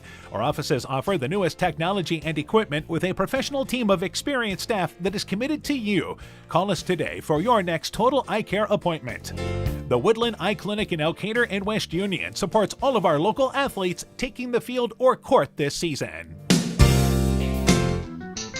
This is Chris Holbert, General Manager of Hall Roberts Son Incorporated in Postville. We would like to wish the area student athletes both a safe and successful sports season. We have been a community-based company since 1864, servicing and supporting the area ag industry with products necessary for daily success. We look forward to continuing to serve and support both the ag industry and high school athletes in our surrounding communities. Thank you and good luck from the families at Hall Roberts Son. 36 seconds to go, our first half. Vikings with a timeout and a fresh set of downs from their own 26-yard line. And on 1st and 10, snap back to Stagger. Stagger looks to throw the football, looking right side for Lang. Middle of the field, knocked away. From behind defensively was Hugo Busta. Lang had the inside lane there, but Busta, a nice play from behind. It ends up being incomplete. Would have been a good 15-yard gain. It's now 2nd and 10. Yeah, it would have been a 1st down there, but not able to hold on, and I think Hugo Busta got his hand in there and got that ball poked away. For the Vikings, stops the clock. For the Trojans, got to continue to play defense for another 31 seconds. And it's, again, 2nd and 10. After the initial 1st downs, receivers split left and right. And on 2nd down, 10 yards to go, Stagger is going to run it with Ingles. Ingles left side, couple of yards. Short of the 29-yard line, and I think the Vikings here are going to stay close to the vests and realize that they've got a 16-point lead. Try not to make any mistake. Let the clock wind down and get the ball to start the second half, and that is part of the reasoning behind this. They do get the ball to start the second half. Yeah, and I think the boys want to take a shot downfield, but I think Coach Hanna says, hey, we got a two-possession lead. Let's go into halftime. Let's regroup, come back out. Start fresh second half. So Edco with a halftime lead of 22-6. The defense has made key stops for them, and the offense, the big plays you've expected. Vikings at the break lead 22-6. When we return, first half stats, our halftime interview coming up with Edco basketball coach Justin Olin. You're listening to High School Football on KCTN, Garnavillo, Elkader, Iowa. Hey sports fans, take a time out to call Garms Financial Services for all your insurance needs. Whether you need auto, home, farm, health, crop, or business insurance, Garms Financial Services and Grinnell Mutual has you covered. You'll receive quality protection, expert advice, and local friendly service. Owner Brian Bugenhagen, along with his staff, look forward to serving all your insurance needs. Call them today for a free competitive quote. Garms Financial Services, located in Elkader and now also in Monona, your trusted choice agency.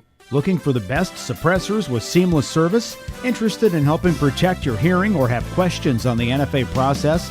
Head to Stronghold Corp, your one-stop shop for premium suppressors and unbeatable expertise. Whether you're a seasoned shooter or first-time buyer, we can get the best brands and latest models to fit your needs. Enjoy hassle-free eForms electronic fingerprint processing with our state-of-the-art Cerberus LiveScan system. Contact us today by heading to stronghold-corp.com for more information. Stronghold Corp, where silence meets precision. Top Gun Customs knows that the insurance company wants you to do all the work for them. They want you to download the app, take the pictures, upload them, then they want you to accept the paltry check they think will repair your vehicle. No, no, no. Top Gun writes an accurate estimate, takes the photos, and explains the repair process to you. Let Bob and the guys take all the worries out of your repairs. Call Bob or Nancy at 563-964-9899 at Top Gun to schedule your repair today. Hi, this is Tara Fink, psychiatric mental health nurse practitioner. It's important to know what to say to those struggling with mental health concerns. Silence can make individuals feel even more alone. By starting a conversation, it lets them know you care, you're supportive, and that you're willing to listen. You can ask if they want to talk about it, if they're getting the care they need, and to tell you more about their feelings and thoughts. Just letting someone know that you're there to listen creates a much-needed supportive environment and helps reduce the negative stigma surrounding mental illness. Exceptional caring people, Veterans Memorial. Inspiring changes to a happier, healthier you is what we do at Clayton Drug. We are committed to helping you achieve the highest quality of life possible. We are a full-service pharmacy offering services such as med packing to your home or mail delivery and online prescription refill. We also offer a cash pricing program on name brand and generic prescriptions. Call 563-245-2530 to find out more. Clayton Drug, connecting the communities of Elkader, Strawberry Point, and Sumner to serve us all in between. Hi, this is Cody from Torkelson Motors in Elgin and Walk-On. At Torkelson Motors, we believe that student involvement in activities is a great way to help grow our communities, and we are proud to help sponsor this game for your enjoyment. We've been serving Northeast Iowa since 1926 and appreciate the business that our customers have given us and the support they provide to our area schools and communities. So the next time you are in need of a new or used vehicle or a repair, stop into Torkelson Motors, where we've been selling cars the old-fashioned way with a friendly smile and a handshake right here next door in Elgin and Walk-On. During spring and summer, severe weather can strike in a hurry. If you see a power line on the ground, stay away, keep others away, and call your electric utility. If there's a downed power line due to an accident, stay inside your vehicle until the utility arrives and de-energizes the line. Learn what to do if you see a downed power line. Doing the right thing could save your life. Alameda Clayton Electric Cooperative, your Touchstone Energy Cooperative. Edco Playoff Football is brought to you in part by Lloyd Kelchin Grain in Edgewood, the Cheapo Depot in Petersburg, the Lowena Savings Bank, member FDIC, LTI & Sons Water Conditioning, your Connecticut dealer in Postville, Meyer Collision and Service Center in Guttenberg and Elkader, Growl Logs and Lumber in Elkader, Timber is a Crop, Harvest Wisely, St. Olaf Ag Sales and Service, T&K Cahoon, your Napa dealer in Monona, and by Nick's Excavating and Kane Construction in Farmersburg. This is KCTN Sports. At the half, Edco leads 22-6. Also at the half, it is Gladbrook Rhinebeck leading Easton Valley 28-6. So the winner of those ball games, this ball game and that ball game there, will play on Thursday night in the 8-man quarterfinals. Our halftime guest tonight, we're joined by Edco basketball coach Justin Olin. Coach, first off here, let's talk about the boys' season coming up. Who's back for the Vikings this year? Oh, man. My favorite time of the year here. Once it gets playoff football, that means basketball's 3 weeks away, you know. So, no. Yeah, we return a lot of guys. We only graduated 3 seniors last year with Price, Kyler Cole, and Will Wiskus. So we return. We were pretty young last year. We had a lot of guys got a lot of opportunity to play, and so we return a lot of them. You know, we have some good seniors stepping in. They're seniors this year that were juniors last year. Got lots of valuable time from Bryce Stannard. We got Carter Batten, Carson Ingalls. You know, McCoy, my boys, a senior this year. Cale Helmricks. I mean, we got some size, speed, and then we had some freshmen that played for us, valuable minutes last year, and Jaden Miller and Jack Steger. So we return a really good core this year. some speed, size. So it's interesting to see what we can do with that. Yeah, going to be kind of a different team than what you had last year, though. What do you kind of think the strength of your team is going to be besides the speed? Yeah. So this year, previous years where we were real tough, about 4 years ago, we could play fast and get up after people, and I really think we're going to be able to get a lot more back to that, being able to extend a little bit more defensively, push people, kind of make it our tempo a little bit better, make it a fast-paced game, make people have to stay with us more than us kind of trying to slow it down as much as we've been having to do the last few years here, just making it a slower game.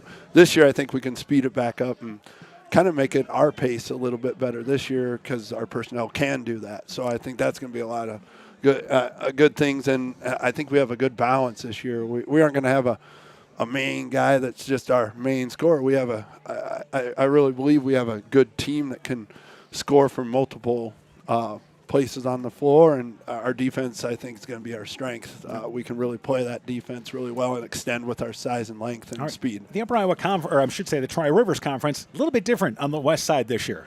It is. Losing Alburnett, that's always a great game. They always they're always athletic. They really test you. And so we ended up picking up a couple other real good games. We come up into Upper Iowa where we picked up North Valley this year to kind of replace one of those games we lost with Alburnett. And then we also picked up Beckman.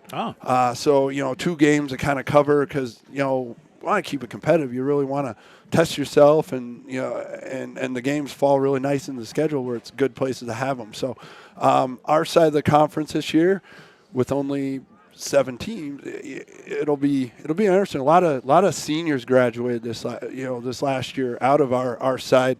So I think MV's kind of the front runner. I think they return a really nice. They only lost, I think, 1 senior last year, so they return a real nice squad.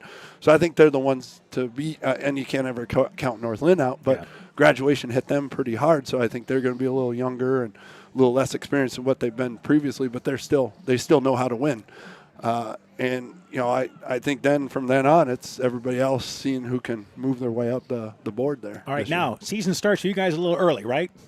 So we usually do an Achieve scrimmage the first Saturday where we're going to travel up to Dunkerton. That's always usually a great game. We've been doing that since we played them in the sub-state final all those years back, almost 2018. 2018, a long time now, And so we've done that. So that's always a great see where you're at the end of the first week, and then I think we start off at East Buchanan and then have North Cedar coming here that kind of right after Thanksgiving break. So, 2 great games to get after it, see who we are, and then we hit a nice stretch of I think we have MFL, Northland, and MV all the next 3 games right after that. So you really get into it right away and see who you are. All right. We look forward to catching up with this basketball season. Good luck to you guys. Hey, I appreciate it. Thanks for having me, guys. Yes, Edco basketball coach Justin Oland, our halftime guest tonight.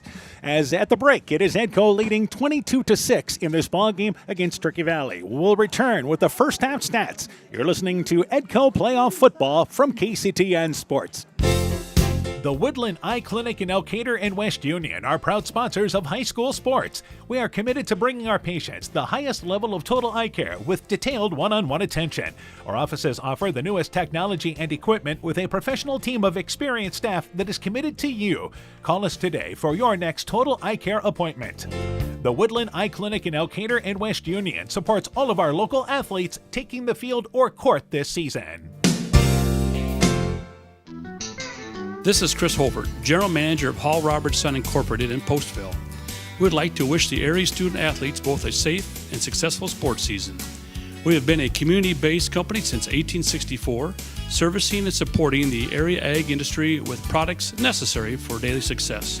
We look forward to continuing to serve and support both the ag industry and high school athletes in our surrounding communities. Thank you and good luck from the families at Hall Robertson.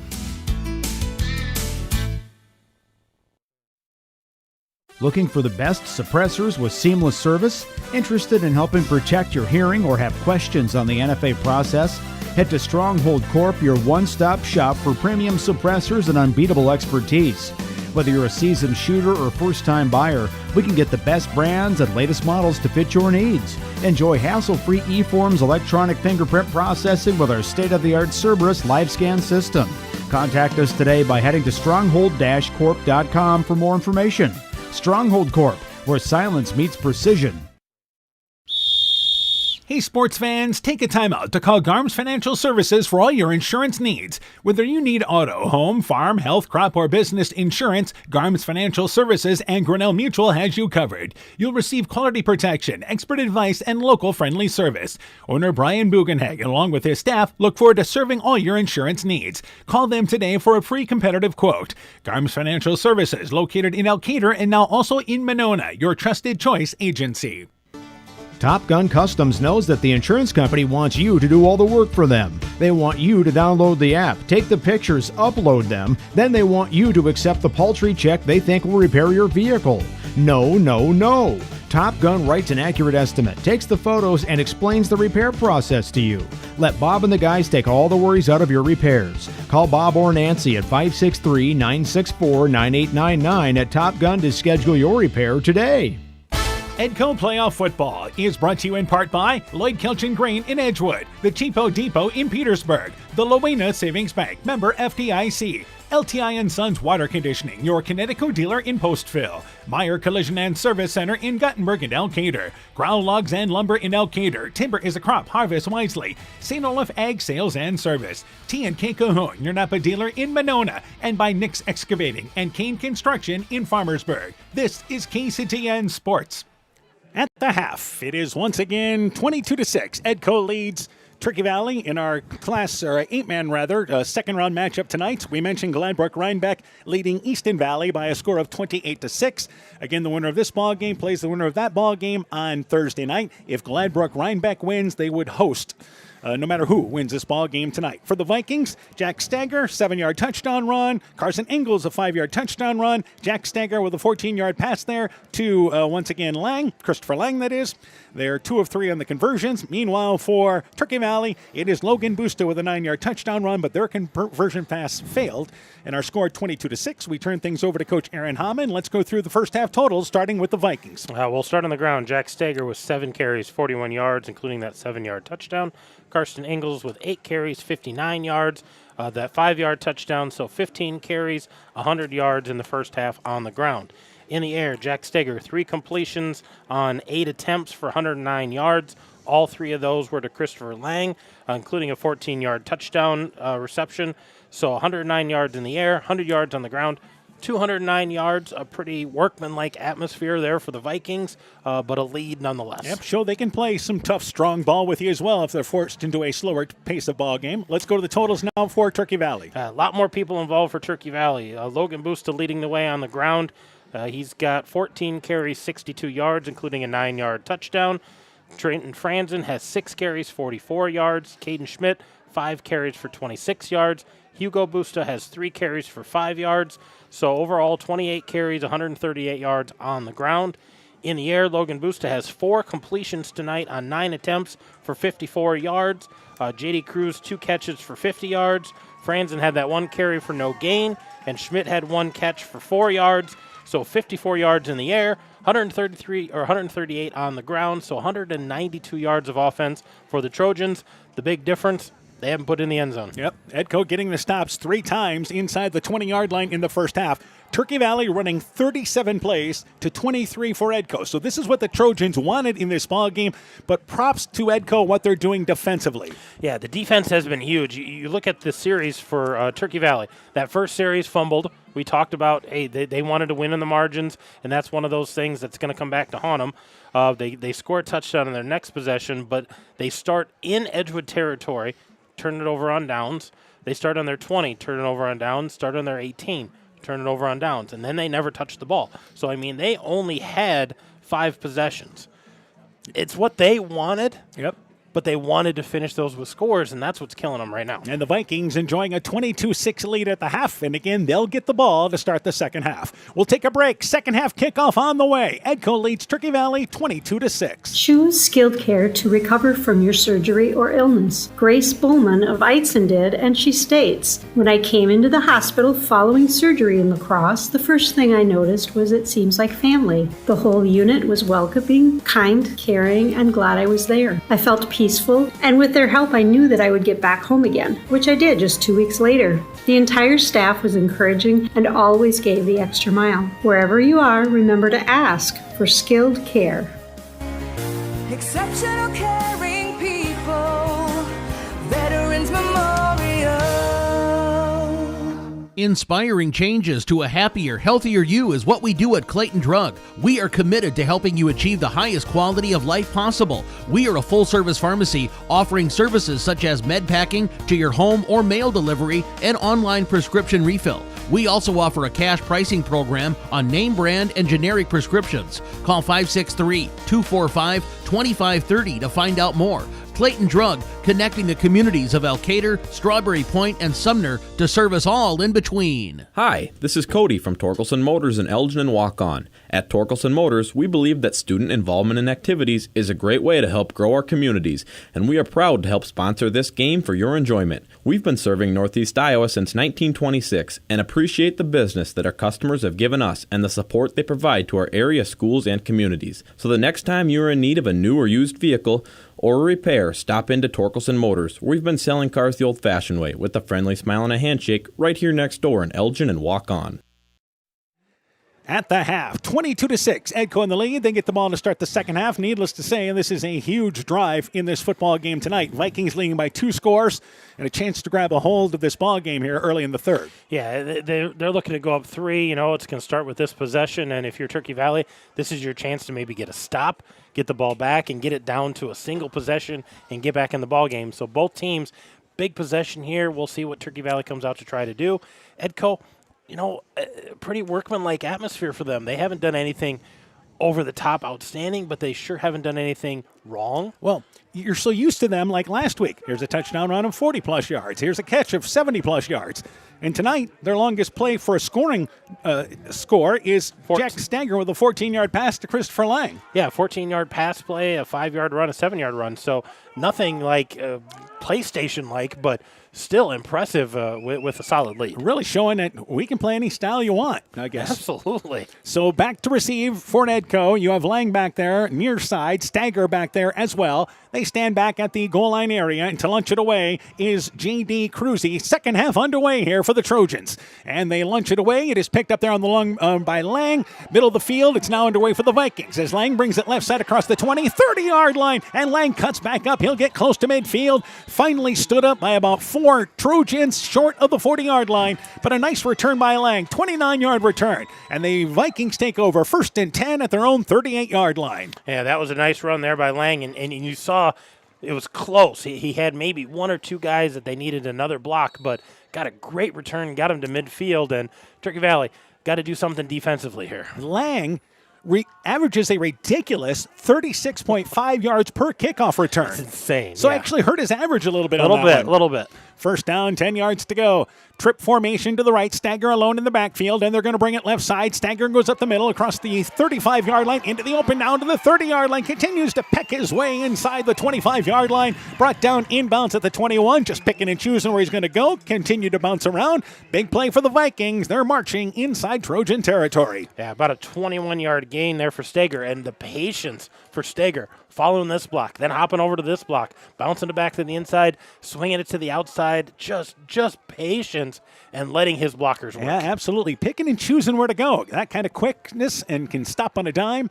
First down, 10 yards to go. 22-yard line is where they spot it. And receiver lined up to the right side. They work out a pistol formation. Stagger signals over to Lang, and we have a flag at the line of scrimmage as may have had some movement there by the Vikings, perhaps. It's been a relatively clean ball game, which it should be when you're in round 2 of the playoffs. Yeah, absolutely. That's a 5-yard penalty against the Vikings. false starts, and the ball will be brought back to the 27-yard line. I didn't see who it was, but Staker did signal out to one of his receivers. Maybe they reset while they were doing that. I'm not sure. Yeah, him and Lang, and again, this is Lang and Stagger just have ability to communicate. Sometimes it all takes is a look or a point what I want you to do. First down, 15 yards to go. Swing pass right side to Lang. Catches it in stride inside the 20-yard line. Makes up that penalty plus more. He'll be brought down from behind. Tackled there by Busta. That's Hugo Busta. Inside down to the 16-yard line. And a quick swing play to the outside. Picks up a good chunk of yardage on first down. Yeah, about 11-yard gain there. So Lang is at 120 yards tonight and just continues to get big chunks every time he touches the When ball. they run that play to the right side, it's just a quick hit, but able to hit Lang in stride. That's the big difference on that play. Yeah. He's able to catch it in full stride. So second down, we'll call it 4 yards to go. And Stagger here has Lang backside, and he's going to run it left side with Ingles. Ingles goes up the middle. He's got first down. He's inside the 10-yard line. First and goal to the 7-yard line for the Vikings as their opening drive of the second half continues to chunk away here at Turkey Valley, and a fresh set of downs for the Vikings. Well, inside the red zone here, and they have been solid when they get inside that 15-yard line. And knocking on the door here again, first and goal from the 8, and they've been doing it with lots of different weapons again. Vikings had to punt once in the first half. The only time they got stopped, then the other time ran out for them in the first half. So first down, 10 yards to go. Receivers to the left, and that is Batten near side. Lang is to the right in the slot. And they're going to run it with Ingles up the middle. Nope, Stagger going to boot it around right side. 5-yard line, able to slip a tackle and goes in for the score. Jack Stagger, quarterback keeper right side. And the Vikings take the opening drive of the second half. March right down the field. They lead 28-6. Yeah, another nice run there, and that continues their streak. They had one turnover on downs in the first half. They ended the half with the ball. Otherwise, they have been scoring, and the ever-important two-point conversion. And in a game like this can be huge. You've already made it a 3-score ball game, trying to go up by 24 here. And they are, in the conversion tonight, they are 2 of 3.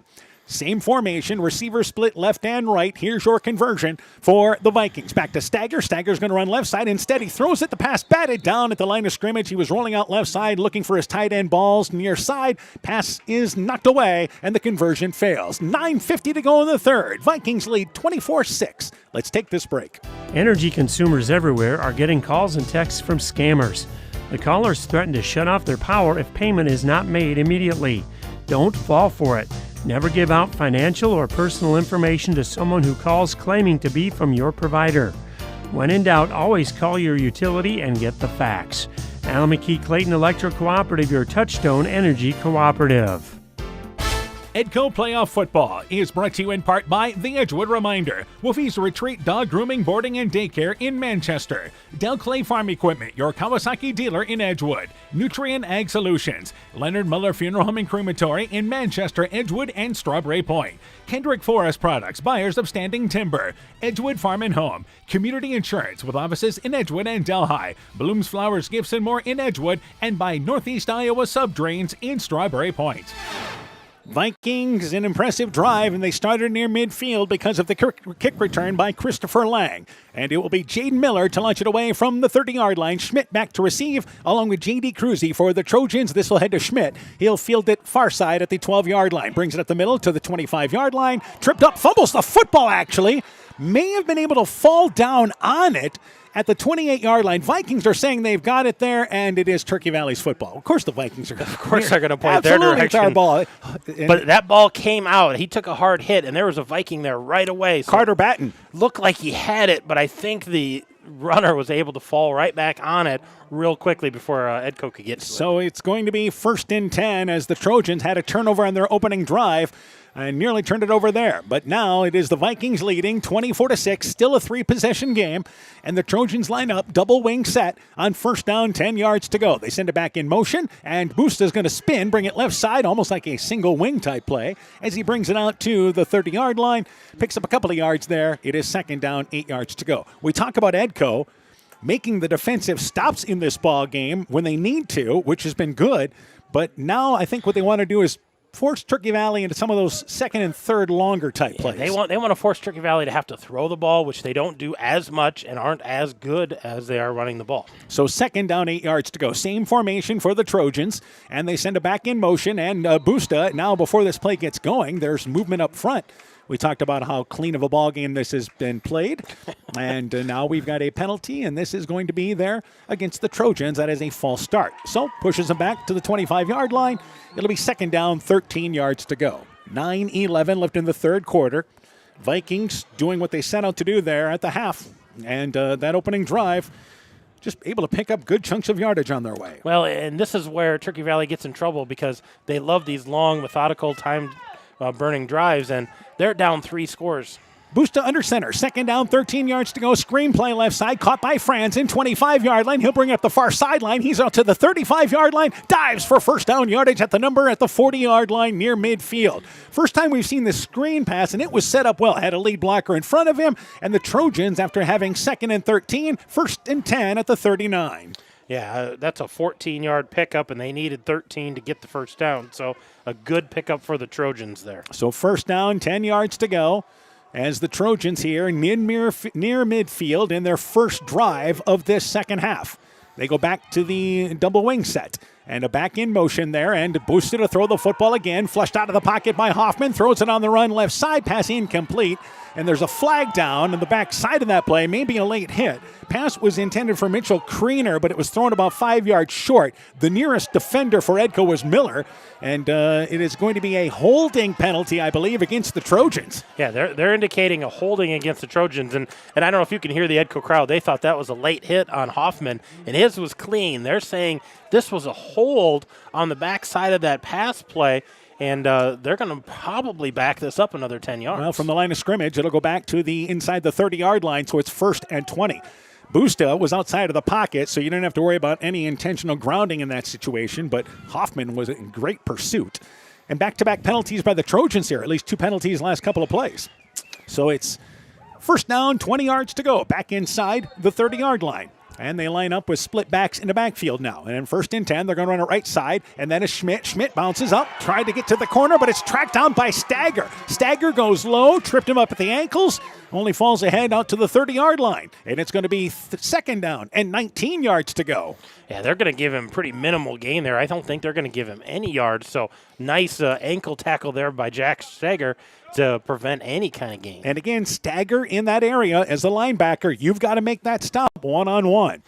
So second down, 19 yards to go here for the Trojans. This is what this offense is not really built for. Second and long situations here. Oh, no, this is out of their comfort zone. But they're going to give it a shot, and they're going to try to push the ball downfield. Second down and long. They're back to shotgun formation. 2 receivers to the left, and the throw the football is Busta. Busta's got time looking one-on-one. He's looking for Hugo Busta, but in front of him defensively is Edco. Knocking the pass away is Batten. And it's an incomplete pass. Batten the inside coverage, and actually having to play defense that time was Busta.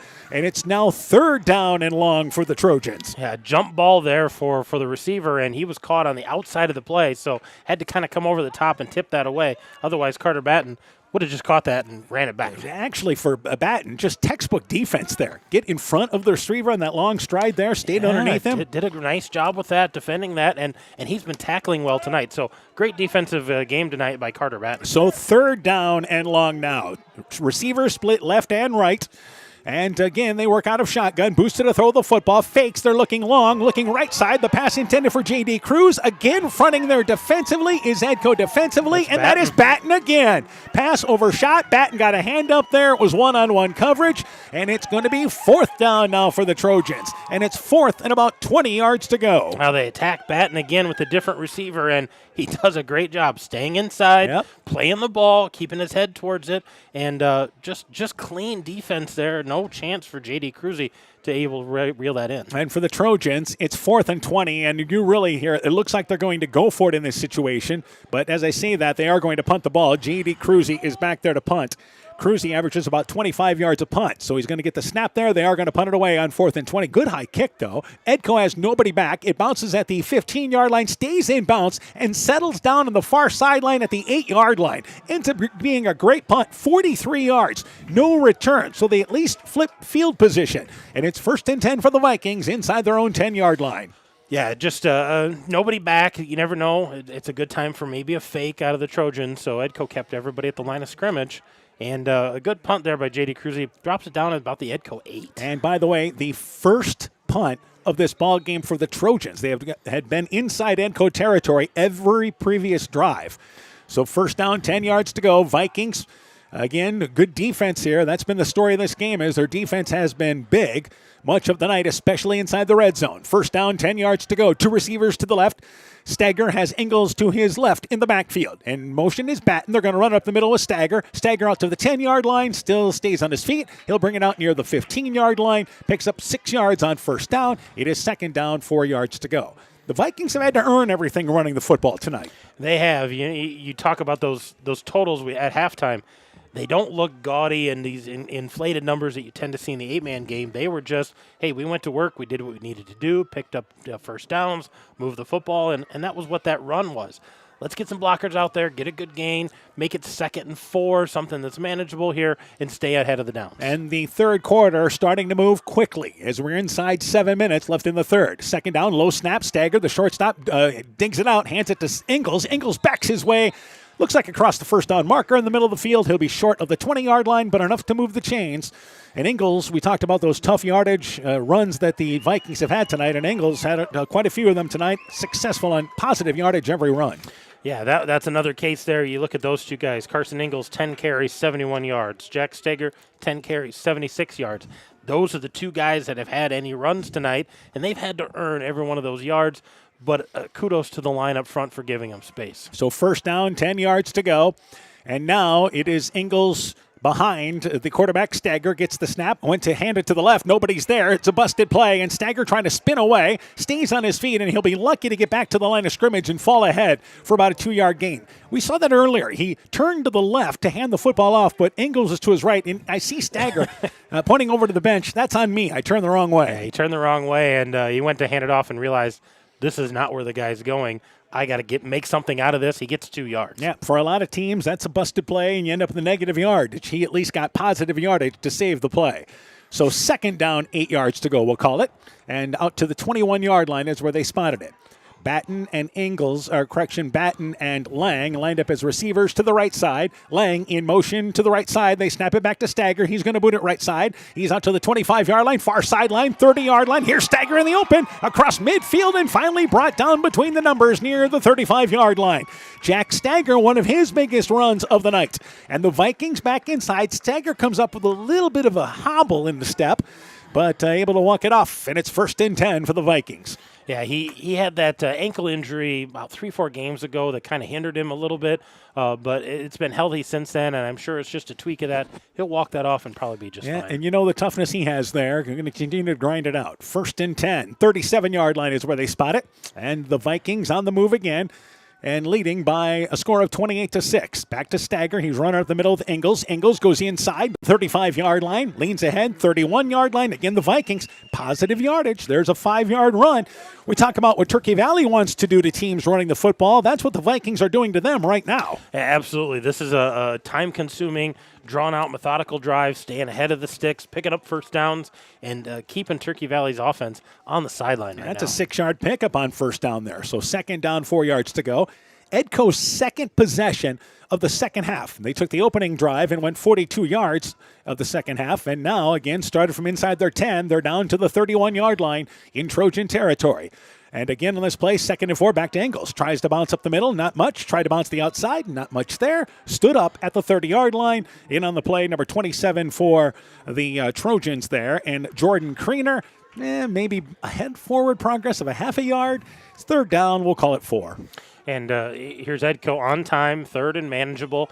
Obviously in 4-down territory here, but inside of Trojan territory. Just keeping that clock running, keeping the ball on the ground, moving it down the field. Yeah, a little bit different this second half. It's been more relying on the ground, and again, they've had success with it. Third down, 4 yards to go. Receiver split left and right, back to pistol. Is Stagger, gets the snap, rolling out to the right, and before this play gets going, there's a flag, and I believe this may be against the Vikings, and it is going to be a false start penalty, it appears. That's what they're marking back without even the official signaling it. So it'll go outside to the 35-yard line to the 36, makes that third down a little harder. Third down and closer to 8 yards to go, I would say. Yeah, it might change your play call here. So in this situation, Stagger gets the plays from the sideline, every play, and brings it back to the field. Some teams have tight ends rotated in or maybe a wide receiver, and it's been a tradition here at Edco. Go to the side, get the play.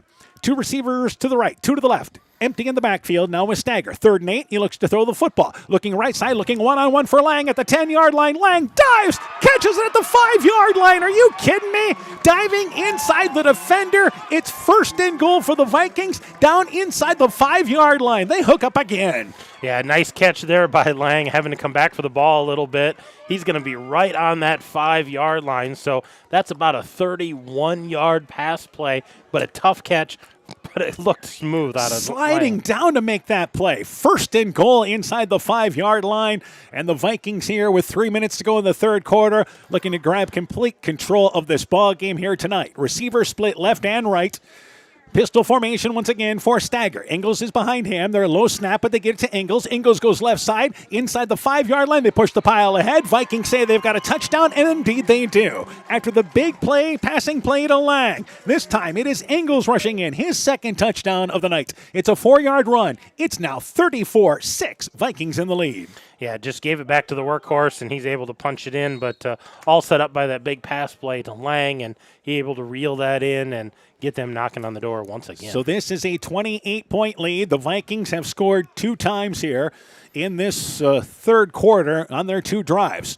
And now here is your conversion attempt. 2 receivers to the left, 2 to the right. Trojans moving around defensively. Now they've got things lined up. Back to Stagger. He's going to try to go right side, has to cut back inside, and does not get in for the conversion. Stopped in his tracks at the 2-yard line. The conversion fails. 2:47 to go in the third. 34-6. Vikings in the lead. Let's take this break.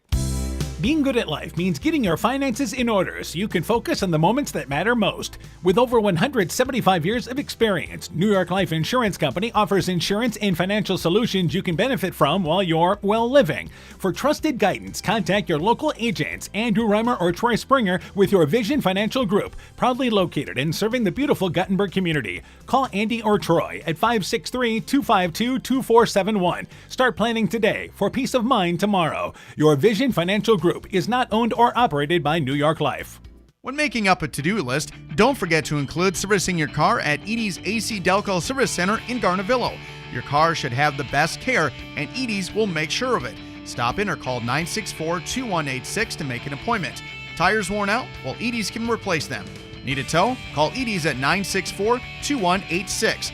Kay, Lynn, and Todd invite you to stop by and fill your car's tank with fuel at Edie's AC Delco Service Center in Garnavillo. Edie's open 7 a.m. Mondays through Saturdays. So for Edco, again, a drive over 70 yards, and it is Carson Ingles with a 4-yard touchdown run. And again, the conversion run failed. But the Vikings have scored twice in this third quarter, in control now, 34-6, with 2:47 to go here in the third. Yeah, things in control for the offense. Defense is the one who's been kind of setting the stage for them tonight, and they're going to get a chance to do it again here. And it will be Miller again to launch it away for the Vikings. And Miller's kick down the right side goes to the middle of the field, picked up there by Schmidt. Schmidt inside the 10-yard line, out to the 20-yard line. Schmidt will bring it out to the 25-yard line and finally pushed ahead to the 29-yard line, where it will be first down and 10 yards to go. Now, we mentioned this is the tough part for the Trojans now. This is not an offense built to score on huge plays. They, again, like to control the clock, run the football, and they're good at it, don't get me wrong. But this is a little bit different now because time is not on their side. It's not, and we've seen them throw the ball probably more than they're used to tonight. They've already attempted 12 times, so they're not afraid to throw it. They just haven't been quite as successful as maybe they wanted to here. So first down, 10 yards to go, and they throw it right side. It is carrying the football there in Franzen. Franzen brings it right side across the 40-yard line, inside Edco territory, inside the 35-yard line, down to the 34-yard line, and a quick play there by the Trojans. Yeah, quick play and just a little bounce to the outside for Franzen, and he's able to pick up a ton of yards there. About a 16-yard gain for Franzen. Their best play here of the second half, really. So first down, 10 yards to go at the 34-yard line, back inside Viking territory. And this is where Edco has been so good defensively, especially when you get closer to the goal line. So first and 10, toss play left side, trying to get to the edge is Hugo Busta. Busta, they stretch it out left side, and he's chased down. Lang from the secondary, helping in run support there. He couldn't get to the corner. It's no gain, and it's second down, 10 yards to go. Yeah, Hugo Busta was just cut down by Lang there. Just good pursuit coming down the line and cutting him off before he could get that corner. So no gain play there for the Trojans. Second down, it is 10 yards to go after their initial play put him inside Edco territory. So looking at the line of scrimmage again is Busta underneath the quarterback. They line up without a receiver, split backs in the backfield. Second and 10, they run it right side. Carrying there is, again, Schmidt. Schmidt falls ahead maybe a yard. Bottom of the pile there, Jack Stagger in that area. Connor balls as well, only a gain of 2. And it's third down and 8 yards to go. And we talked about not built for, those quick scores and large plays, but also not really built for third and long. They're definitely in four-down territory here, given the score, given the time of game. But they want to be a little more manageable with their third downs. Well, here we are inside a minute in the third quarter, and again, the clock moving against them. So the Vikings put them in this great position that they wanted to. 3rd and 8, Busta to throw the football, fake the handoff, looking left side, gets a tackle attempt by Hoffman, now looking to run. He brings it left side, and Ingalls pushing him out there on the right sideline, but bringing it is the other number one there in Logan Busta, and he gets inside the first down marker on the far sideline to the 25-yard line. They'll push him to the 24, and it's 1st and 10. Yeah, just enough to get that first down, and 8 yard is what he needed, and that's about all he got there, but able to pick it up. Yeah, one-on-one that time. That was number 1 Busta in the area for the tackle, and on the run, number 1 Ingalls, the defender there for the Vikings. So first down, 10 yards to go. Drive continues to the 24-yard line. Clock stopped with 41 seconds left in the third. On 1st and 10, they run it with a fullback, and that again carrying it, number 21, and that is Franzen. Franzen, couple of yards. There's Jack Stagger making another stop. Looked like a big play developing, but only a gain of 2.5 or 3. Second down and 7. Yeah, and I don't know why the officials blew the whistle here. Just they were blowing it like something was going on, but clock's going to continue to run here. And, this may be our final play, though. If you're the Trojans, I think you try like heck to get another playoff, don't you?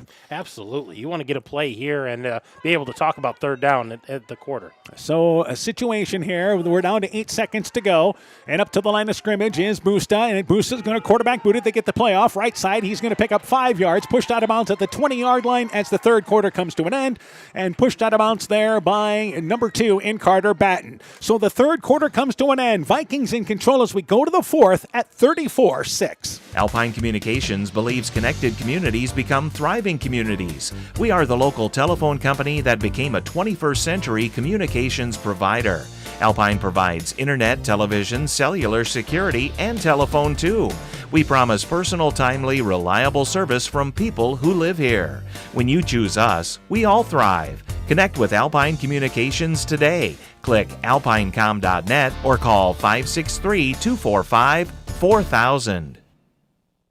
Edco Playoff Football is brought to you in part by Innovative Ag Services in Elkader, Monona, and Waukon, Norby's Farm Fleet in Northeast Iowa, Guttenberg Municipal Hospital and Clinic. Check out career opportunities at guttenberghospital.org. Rivals Inc. Custom Gear, Screen Printing, Embroidery, and online shopping at rivalsinc.com. Bruins and James Insurance, your Grinnell Mutual agent in Monona. Furniture Showcase in Allwine, lighting showroom, flooring, furniture, and window treatments. And by Bacon Concrete in Postville. So once again, welcome to Edgewood. Vikings in the lead, 34-6. We have another score. Gladbrook-Rhinebeck leads Easton Valley 49-6 at the end of 3. So Gladbrook-Rhinebeck on their way to hosting the winner of this ball game on Thursday night. So they are in control with a moving clock in the fourth quarter of that game. Meanwhile, third down, 5 yards to go. Trojans with the football. Booster's going to boot around left side, and he'll be stopped short of the 15-yard line. It'll make it a fourth down situation. Fourth down and about 2 yards to go. Needed 5, picked up 3. And this is where the Vikings defense has been so good tonight on fourth down inside their own territory. Yeah, absolutely. Any kind of, inside the red zone especially, on their half of the field, this defense has been tough. So, situation for the Trojans. And again, for the Vikings, this is already a win because the clock continues to move. Again, for the Trojans, 30 seconds of the fourth quarter has already run off here. And again, now you're getting to the line of scrimmage, and there's still 8 seconds on the play clock. Every play is going to take them 45 seconds. Yeah, and this is a big play. They need to pick this up. Fourth down, 2 yards to go. They snap it back to Franzen out of Wildcat. Franzen does not get to the 15-yard line, though the second effort made him got inside the 15. They're going to mark him inside the 15-yard line, and this is going to be close. It looked like the Vikings had to stop again. Hoffman, Miller there as well.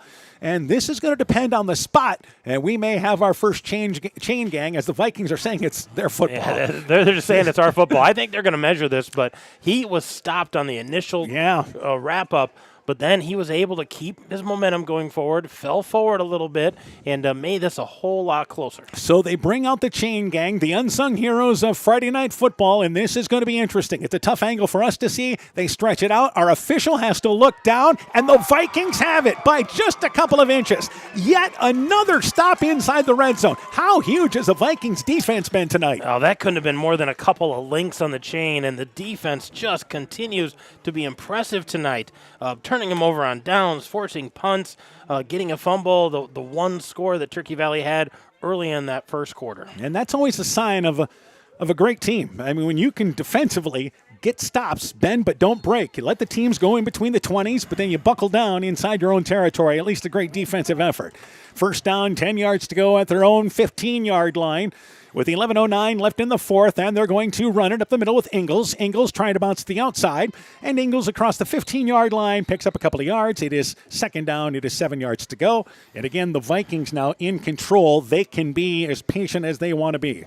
Yeah, we talked about how methodical that Turkey Valley wants to be with it. Right here, this is what the Vikings want to do is let's just move the ball, pick up first downs, let the clock run, do what Turkey Valley wants to do to you, right back to them. Yeah, that's what Edco has been here. They've been Turkey Valley this second half. They have, and it's been impressive. They just move the ball, and again, it all starts with those guys up front. You talk about Ben Piersbacher, Brady Tyne, and Keegan Stelkin up front, just making those holes and letting them move the ball. So second down, 7 yards to go. And they're going to throw the football. Stagger looking left side for Batten. He's overshot. It was a run quick up and out play, and Stagger just led him a little too far, but Batten had a step on his defender. Yeah, tried to take a shot there, and Batten one-on-one, just a little out of his reach. And officials talking something over here, and I'm not sure what it is, but they might be marking off a penalty here. I'm not sure what's going on. I don't know if I ever saw a flag down on that play. Our official coming over to and it's a sideline violation. Just a warning. Yeah. That would be the first one against Edco. Against Edco there. So maybe you had a coach there looking for a call, huh? Maybe an aggressive coach wanting something there, and they're going to come over and talk to Coach Hanna about what they saw and what they want to correct here.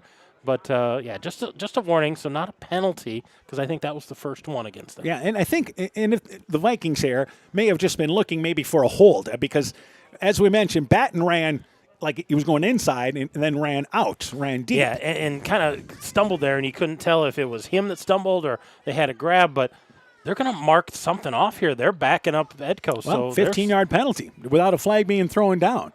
So, again. Well, and that'll go half the distance because they're inside, so they don't have enough room for the 15. So that's going to be about an 8-yard penalty. All right, so it goes back to inside the 10-yard line to the 9. It is second down. And, again, they had gotten some positive yardage there, so it's second down, basically 15 yards to go here for the Vikings. So it'll stay second down. Yep. So we'll see what they dial up here, and they're still talking about this. They're trying to figure it out. And the Sticks have third down, but it's only second down. Should be second down. So absolutely. Second down, 15 yards to go. You did not lose a down on that. The play went through, and now Coach Hanna continuing to have a conversation with our head official there Steve Meyer. Well, and they put third down up on the clock, so they're saying this is a third down. Loss of down? And it occurred after the play, perhaps? I guess this was after the play. So, and they are signaling over here. Third down? Yeah, okay. All right. So here we go. All right. We'll go with it. I don't know if I've ever seen that before. Third down, 14 yards to go. We'll talk with Coach Han after the ball game, get a description. Third down, 14 yards to go. Ingles goes in motion out of the backfield, third and long. Stagger to throw the football. Stagger looking middle of the field for Lang. Overshot. In on the coverage there is Schmidt. They were looking middle of the field to the 35-yard line. And it is fourth down here, and the Vikings, for just the second time tonight. First time. Looks like they're going to have to punt the football. They had to punt once in the first half. They didn't punt. They went for it. That's right. They went for it. They did looked like not they were. punt. Yep, that's right. So it's fourth down here at their own 10-yard line. I would think it's a situation that you're punting the football away. Absolutely. And this is what always scares you, is because Staggert is one of the punters along with Miller. But Stagger's always a threat, but not in this situation here. Snap back to Stagger. Stagger bounces, kicks it away there, away from Schmidt, who's back to receive. Gets a nice bounce, goes inside the 30, down to the 20, goes out of bounds at the 19-yard line. Nice punt indeed. That's a punt there that goes 51 yards. And back inside their own 20-yard line is the Trojans at their 19-yard line.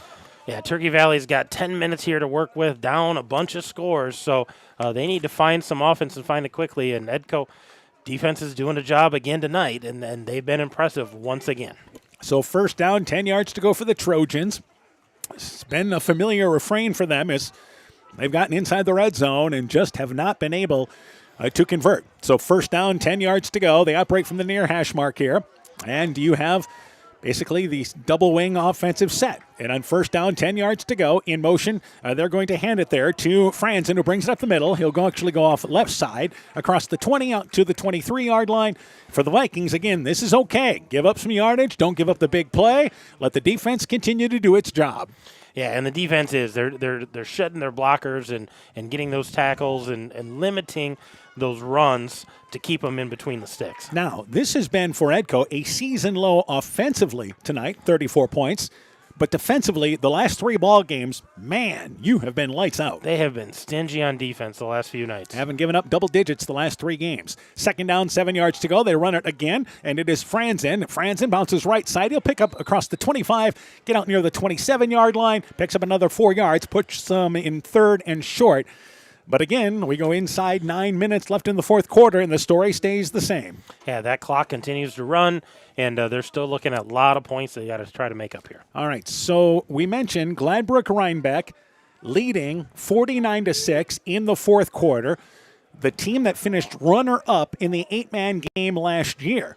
And again, they had some pieces, but they have been one of the better teams in the 8-man game for the last number. I don't think they've had a losing season since 2010. Yeah, they've been a pretty good ball club. Third down, 2 yards to go. Booster to throw the football on the slant. The pass incomplete. It was thrown a step ahead of J.D. Cruz. Tried the slant on the right side. Into the coverage, I believe Batten in that area. It's another fourth down for the Trojans. Fourth down and 2 yards to go. At this point of the ball game, I think we're a little surprised the Trojans not trying to go to the air a little bit more. Well, and even that play there was a quick slant, and I know you're trying to pick up the first down, but you want to get big chunks. You want to try to push this ball down the field a little bit, get those 10, 15-yard gains instead of your 3, 4, or 5-yard gains. So it's another fourth down for the Trojans. 2 receivers to the right, 2 to the left. Fourth down, 2 yards to go. Busta to throw the football over the middle. It is caught. Completed there to Hugo Busta, who breaks a tackle at midfield. Busta inside the 30-yard line and brought down to the 22-yard line. Batten tried to bat away the ball from behind him, but a nice pitch and catch there. Hugo Busta with a big play there on the reception. They're down to the 22-yard line with a fresh set of downs. Yeah, 31-yard play there to Hugo Busta, and that was a big gainer. That's the one we were talking about that they've been looking for. And again, these are the types of plays the Trojans are going to need. I know it's a 4-possession ball game here, and 8.5 to go. Time certainly against you here, but I'm telling you, in the 8-man game, we've seen crazy things happen. Oh, yeah.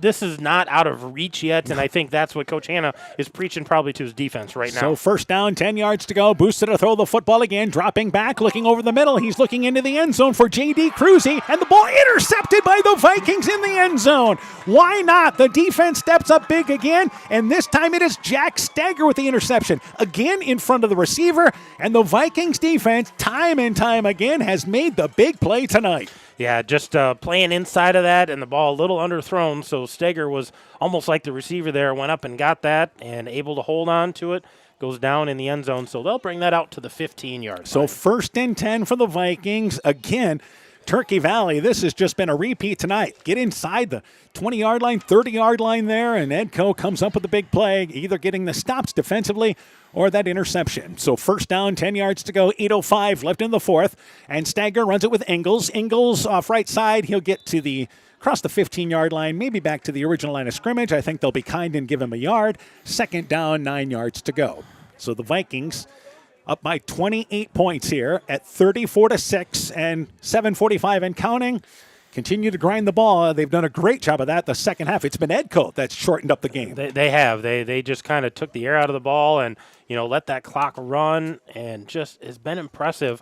And then couple that with the defensive effort against Turkey Valley. They've had a great night once again in a different way. So second down, 9 yards to go. Receiver split left and right. Back out of pistol formation there is Ingles to throw the football on the slant. Overshoots Lang at the 25-yard line. Threw it in front of him. He was covered there by Hugo Busta, but there was a little too much oomph on that as Stagger tried to throw that ball right side. And it's 3rd and long for the Vikings. Yeah, well, if you're the Vikings right now, that compounds it because it stopped the clock and you didn't pick that up. So now you're looking at 3rd and long. You want to pick this up and get the drive continued. But you got a lot of ground to make up here. So 3rd down, long situation. Hasn't been often the Vikings have been in this type of situation, 3rd and long. But it's 3rd down, 9 yards to go. There are 2 receivers to the left.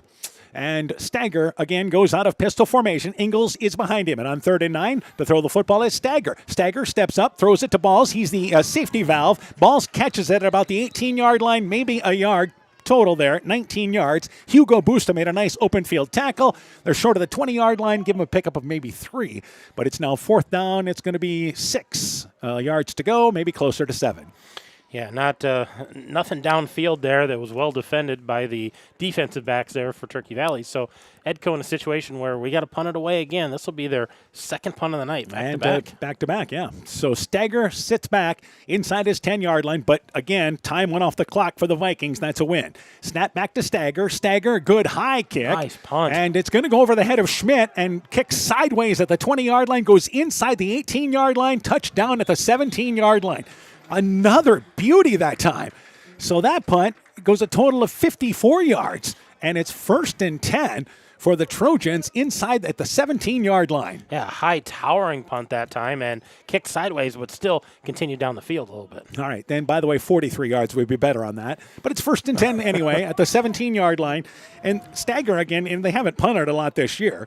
They've only punted 12 times all year. And so Stagger has certainly outkicked his average of 40 yards per punt. Well, and if you look at the stats after tonight and you go, geez, Edco had to punt twice. That's a lot for them. Right situation. So 1st down, 10 yards to go. Close formation for the Trojans. They run it up the middle, and maybe ahead for a yard is Trayton Franzen. And Hoffman on the bottom of the pile there, as well as Stelkin. And pick up about 2. 2nd down, 8 yards to go. And now we see the Trojans going hurry up. You figured this was going to happen at some point. And look at this spread. 3 receivers to the left, 3 to the right. They've got 1 guy at center. And on this play, they send it back in motion. They're going to throw the football. Driving right side, they throw a slant play. It is caught. Completed there to Schmidt. Schmidt 1st down across the 25 out to the 28-yard line. Correction, 0. Tucker Reichs, a senior, and he is picking up his 5th reception of the season. That moves the chains for the Trojans. That was an interesting formation there, but able to pick it up, that's for sure. But now the Trojans go back to huddle. So, again, they're just content here to try to finish this season on an upswing, maybe get another touchdown drive here after not scoring since the first quarter of this ball game. So 1st down, 10 yards to go. Spread formation. Boosted to throw the football. Left side, the pass caught. Completed to Mitchell Kriener. Nope, knocked away. Lang hit him from behind, and that jarred the ball loose. It's incomplete. 2nd down, 10 yards to go. One thing the Vikings have done tackling-wise in this ball game, they have been very physical. They have been physical. They've been going for the ball, trying to jar that loose, knocking away balls that are in the air. They have played solid defense all the way around once again tonight. A final score, Gladbrook Rhinebeck victorious over Easton Valley tonight by a final score of 56-6. Here's a reverse play run by the Trojans, and it is Schmidt, far right side, 1st down across the 40-yard line, steps out of bounds at the 39-yard line. A Gladbrook Rhinebeck team, by the way, that has only given up 61 points all season in their 10 games. So they have been outstanding defensively.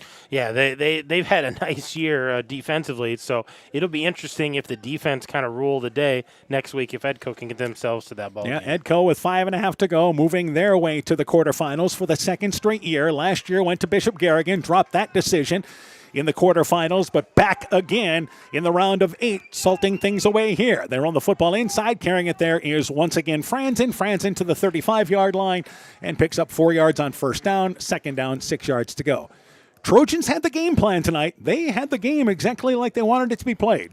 Yeah, they did. They came with the right game plan. We're trying to execute it, but I don't think they planned for the defense that Edco is going to roll out there, them able to stall them out when they got into the red zone. And even though the Vikings only have 34 points on the board in this ball game, they showed tonight they had a couple of big plays, but showed if we have to grind the football out there, grind out the possessions, we'll do that. We can, absolutely. So 2nd down, 6 yards to go. Booster to throw the football again. Looking down the middle of the field. Actually, he's looking right side. It is complete there. Catching it is once again Franzen near the sideline, able to use his size and catch it. Stagger brings him down inside the 20-yard line. This is familiar for the Trojans. 1st and 10 to the 18-yard line. Yeah, 19-yard pass play there, and Franzen able to reel that in. That's his 3rd reception tonight, so a good gainer there, but once again, getting into that red zone, and here comes that Edco defense. What are they going to dial up? And again, now the clock picks up with 4:40 to go here in our 4th quarter.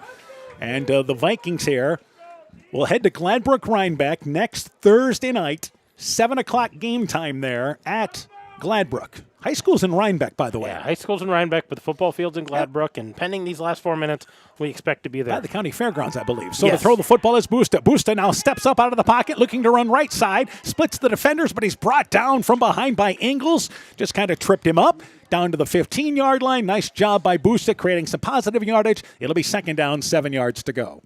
Inside 4 minutes left in our 4th quarter. Yeah, that clock continues to run, and when you're in the lead, as Turkey Valley has been most of the year, this is exactly what they want. But when you're behind, it's so hard to get that urgency, that speed to try to get bigger gains, quicker scores to try to get yourself back in the ball. Trojans are going to finish the year 6-4 and losing to 3 teams that are going to play in the final 8, basically. They run the football right side. Carrying it there is going to be Schmidt. Schmidt down near the 15-yard line, stays inbounds. Clock continues to move. They mark him down short of the 10-yard line, rather. And it's going to be 3rd down situation here for the Trojans. 2 of those ball games to Edco. And you lost to Bishop Garrigan as well, and you lost to Don Bosco this year. And Don Bosco's playing tonight, Yep. and favored in that ball game against that team. So, yeah, good teams to lose to. Yeah, Trojans, and not at all. Not at all a disappointing year. 3rd down, 6 yards to go. Boosted to throw the football again. Screen pass right side. It is complete. Caught by G.D. Cruzy. Far sideline. Goes to the goal line, and he stopped short of the goal line. Hit hard there by Batten, who knocked him out of bounds short of the goal line. It's going to be 1st and goal, though. And the one thing to note here, Jack Steger came up a little gimpy on that play, so he's coming out of the game right now. And as he makes his way over to the sideline, yes, that is a concern here for the Vikings. We mentioned it was a little tweaked earlier, but this is more of a noticeable limp this time. Yeah, it's something that he did to that ankle, so they're going to pull him out and check that out. He should be done for the night. Yeah, I would think so with 3 minutes to go here. So again, our score is 34-6. And the Trojans at the 1-yard line. They run the football left side. Diving in off left side is going to be Franzen. Is he in for the score? Touchdown, got it from 1 yard out. So a nice drive by the Trojans. But with 2:56 to go, Edco lead is now 34-12. Yeah, just a little 1 yard dive there right off of the guard. Able to get that in. So picks up the touchdown there on the 1 yard run. And the 2nd score tonight for the Trojans. Yeah, Franzen, a junior. This is an Edco team or Turkey Valley team rather, that Busta, of course, is a senior quarterback for them. Kind of an experienced team.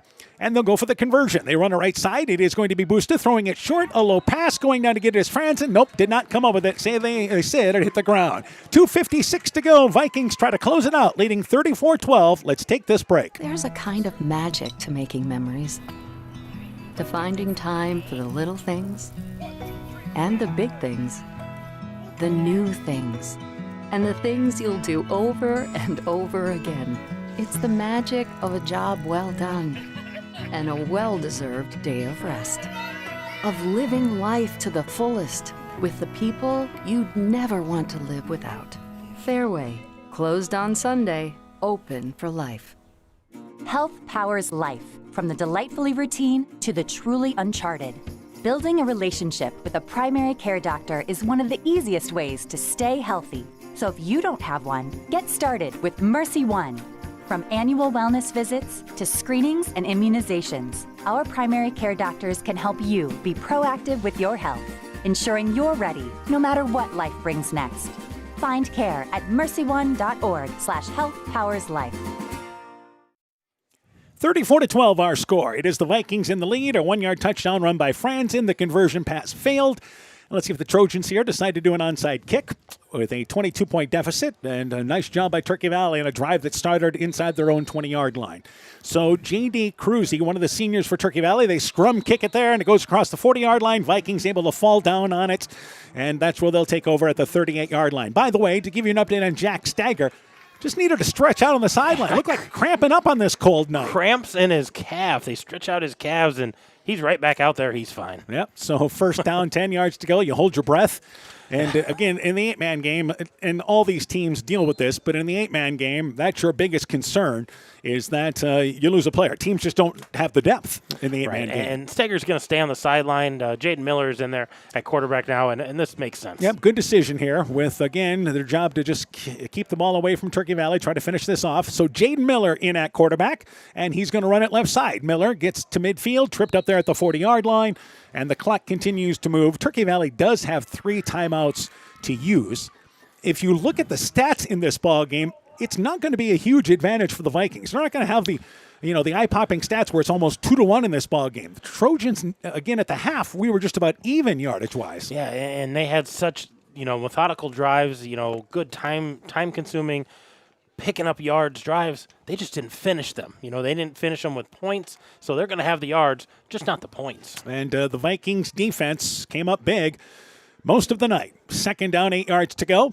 2 receivers to the right. They run it back to, again, the quarterback in Miller. Miller brings it out to the 35-yard line, spins ahead, brought down there by the other number 3 in Hugo Busta. Good job there by Jaden Miller. Miller is a sophomore who has thrown 6 passes this year, but he's rushed 20 times for 205 yards. And it's going to be 3rd and short for the Vikings.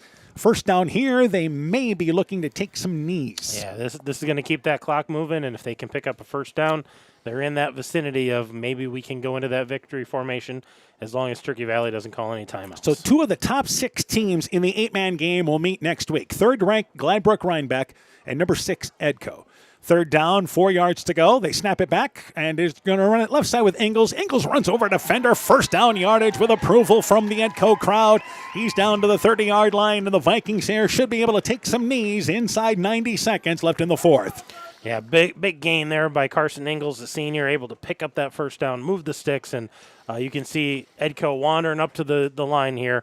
Looks like they're going to go into a victory formation. And again, the Trojans have 3 timeouts to use, but at this point, the Vikings here, again, it looks like they're going to take some knees, perhaps. But as I say that, look, it is the quarterback, Miller, who's going to lose about 4 yards on the snap. Well, yeah, and they're going to let this clock go as long as they can before they hike this. And they're going to snap it back to Miller, and it gets down to 3, and Miller takes the snap, takes the knee at the 34-yard line. So the Vikings here are going to run to 10-0 on the season. An impressive win tonight, doing it defensively tonight, and it's 34-12. They'll have to take one more knee to close this out. And by the way, it is Miller costing himself 4 yards on the rushing total every time. I know. He's going to end up with negative yardage. He is. He's going to end up with negative yards. Takes the snap, takes a knee, and the game comes to an end. The Edco Vikings improve to 10-0 and back to the quarterfinals for the 2nd year in a row. They get it done defensively tonight. Edco victorious over Turkey Valley by a final score of 34-12. Again, with the win, the Vikings are 10-0. The Turkey Valley Trojans close the season 6-4. We'll take a break. When we return, coaching interviews, game stats, and more. You're listening to Edco Playoff Football from KCTN Sports. It's on to Gladbrook-Rhinebeck. Something exciting is growing on Iowa farms these days. Innovation. From tractors that seed, weed, and harvest with data-driven precision to drones that scout or plant cover crops to protect soil and water. Even our animals live in smart homes with round-the-clock care. Technology keeps your food safer, water cleaner, and makes us more sustainable. Because what we do here benefits everyone here. Life on the farm makes everyone's life better. How do you make everyone's favorite buffet even better? How do you make the country's best chicken even more exciting? How do you make Thursday the best night ever? Wing night at Pizza Ranch. All the wings you want, plus all your other buffet favorites. And for a limited time, try the sweet heat of our new Honey Hot Sauce. The country's best wing night is here. Taking flight Thursday nights, only at Pizza Ranch. Strawberry Building Supply offers all your building materials for residential and commercial projects. Whether you're building from the ground up, remodeling your home, or a weekend project, we have the materials you'll need. We are an authorized Milwaukee dealer for all your Milwaukee tools. Strawberry Building Supply also has everything you'll need for your pets and livestock. Stop into Strawberry Building Supply today at 413 West Mission Street, Strawberry Point, or call 563-933-4579. Hey, Justin Birdnow here from Birdnow Chevrolet in Monona. I want to take a moment to wish all the local athletes good luck during their game. You have worked incredibly hard and it shows during each game. Myself and the entire Birdnow Chevrolet Monona team is wishing you all that you do your best and good luck. Central State Bank provides a complete line of lending services to help you get the best out of life. From home mortgages and equity loans to vehicle and personal loans. We have expert lending professionals who will work with you to provide options to address your needs. At Central State Bank, you won't deal with a branch or department. You'll deal with a banker who is dedicated to you. Central State Bank, member FDIC.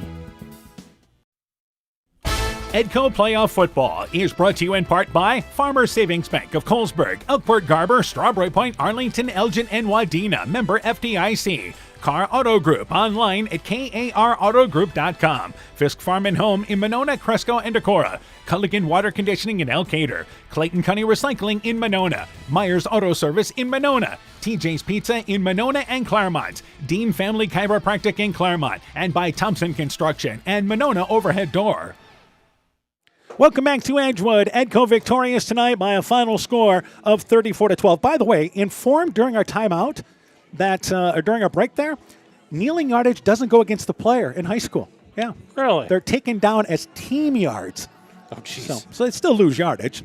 But so our thanks to North Fayette Valley coach Justin Hines. I think after all these years we'd know that, but we appreciate the information. Apparently not. All right, again, our final score, 34-12. It is Edco victorious over Turkey Valley. Again, they will play at Gladbrook Rhinebeck Thursday night here on KCTN FM 100. We will also bring you live video stream of that ball game on KCTN.com along with the KCTN YouTube channel. You can catch the game on either one of those. Meanwhile, for Turkey Valley, a nice presentation of the trophy. They reached the round of 16, and as we mentioned, they closed the season 6-4, and those 4 losses are to teams likely in the top 8 in the 8-man game. We turn things over to Coach Aaron Hammond. Let's start with the totals. Let's start for the Vikings. We'll start on the ground for the Vikings. Jack Steger led the way. 12 carries, 100 yards tonight. Touchdowns of 7 yards and 8 yards. Carson Ingalls right behind him, 16 carries, 90 yards. He had 2 touchdowns, a 5-yarder and a 4-yarder. And Jaden Miller, my numbers are going to be off. I have him for 4 carries, 1 yard because of the kneel downs, but apparently I'm wrong. He should still have his 7 yards. So 32 carries, 191 yards on the ground for the Vikings. In the air, Jack Steger completed 6 passes on 14 attempts for 154 yards. He had 1 touchdown. That went to Christopher Lang, who led the way with 5 catches, 151 yards. The other catch was to Connor Balls for 3 yards. So you've got 154 yards on the ground. You've got 154 yards in the air, 191 yards on the ground, so 345 yards of offense tonight for the Edco Vikings. All right, let's go to the totals now for Turkey Valley. Turkey Valley on the ground, Logan Busta, 19 carries, 79 yards, including a 9-yard touchdown. Trayton Franzen, 14 carries, 81 yards, including a 1-yard touchdown. Caden Schmidt, 9 carries, 94 yards. And Hugo Busta, 4 carries for 5 yards. So 259 yards of offense on the ground on 46 carries. In the air, rarity for them. They had a nice night tonight. They had 9 completions on 18 attempts, 153 yards. Did have that 1 interception. But J.D. Cruzy had 3 catches for 62 yards. Trayton Franzen had 3 catches for 39 yards. Schmidt had 1 catch for 4 yards. Kriener had 1 catch for, Reichs had 1 catch for 9 yards, and Hugo Busta had 1 catch for 39 yards. So 412 yards of offense for Turkey Valley tonight. So we mentioned that, again, the yardage was not going to tell the story of this ball game. Turkey Valley, as we mentioned, they played the game, especially the first half, the way they wanted to. They made it a ball game that was going to be slower paced. They had more than 14 plays that Edco ran in the first half, but still trailed at the half by a score of 22-6.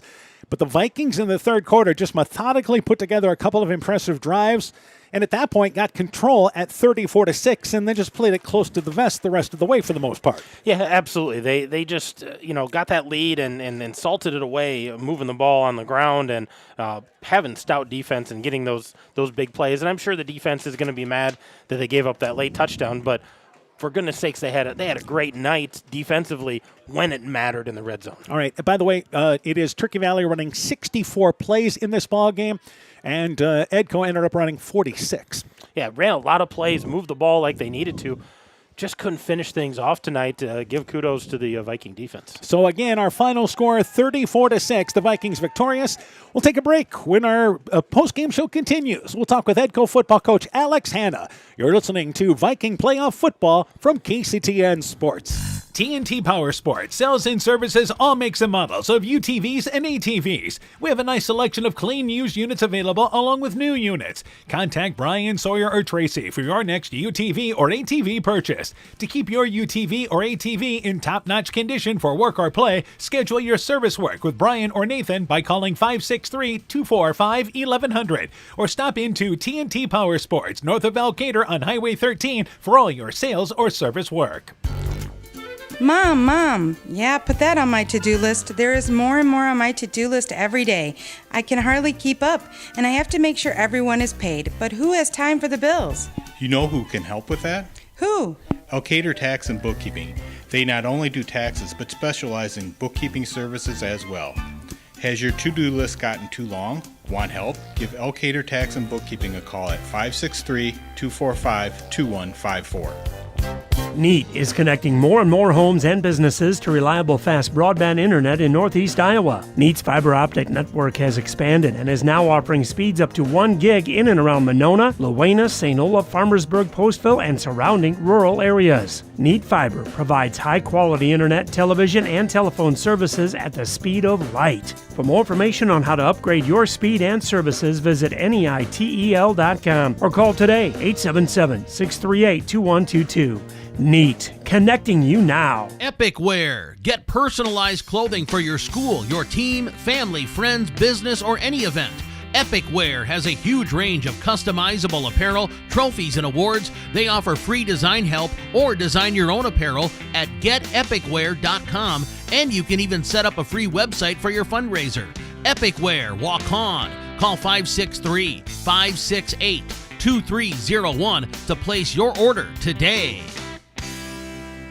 Are high bank fees draining your wallet? It's time for a change. At People's State Bank, they believe in low fees that put you first. Tired of being charged for using your debit card, sneaky paper statement fees, or monthly maintenance fees? With People's State Bank's People's Checking Account, those fees are a thing of the past. Worried about ATM fees? At People's State Bank, they reimburse you for up to 3 ATM fees per month. They work hard to keep your money where it belongs, in your pocket. Make the switch to People's State Bank today. Visit a branch near you or peoplesfinancial.com. Member FDIC. Edco Playoff Football is brought to you in part by Lloyd Kelchin Grain in Edgewood, the Cheapo Depot in Petersburg, the Lowena Savings Bank, member FDIC, LTI & Sons Water Conditioning, your Connecticut dealer in Postville, Meyer Collision and Service Center in Guttenberg and Elkader, Growl Logs and Lumber in Elkader, Timber is a Crop, Harvest Wisely, St. Olaf Ag Sales and Service, T&K Cahoon, your Napa dealer in Monona, and by Nick's Excavating and Kane Construction in Farmersburg. This is KCTN Sports. Welcome back to Edgewood. Our final score, Vikings victorious 34-12. They improved to 10-0 on the season. They go to Gladbrook Rhinebeck Thursday nights in an 8-man quarterfinal. We'll be there. We'll bring you that game on KCTN FM 100. The countdown to kickoff will begin at 6:30. Game time at 7 o'clock. We'll have that for you here on KCTN FM 100. Live video on KCTN.com and on the KCTN YouTube channel as well. Our postgame show continues. We're joined by Edco football coach Alex Hanna. Coach, first off here, let's talk about defensively in this ball game tonight. Man, they were huge, especially deep in your own territory. Yeah, they helped us out a couple drives there with turnovers. I thought that we came out slow defensively just a little bit, and that kind of seems to be our MO a little bit, but we ended up very, very solid, and I was happy to see us get more physical as the game went on, offensively and defensively. But, you know, this game, showed that we got some things to clean up. This was a great football team, and they had a great game plan for us. We just had a few more horses, I think, than they did, and that's how it ended up. Well, it almost seems like maybe the second half, you guys were able to control the clock, especially in that third quarter. Yeah, that was one of the things we talked about. It was good to see that, hey guys, we're up 2.5, 3 scores right now. We have the clock on our side, and we don't need to take these big shot plays. They were taking that stuff away from us, and their defensive plan was excellent. They were taking the stuff away, and they were just daring us to run the ball.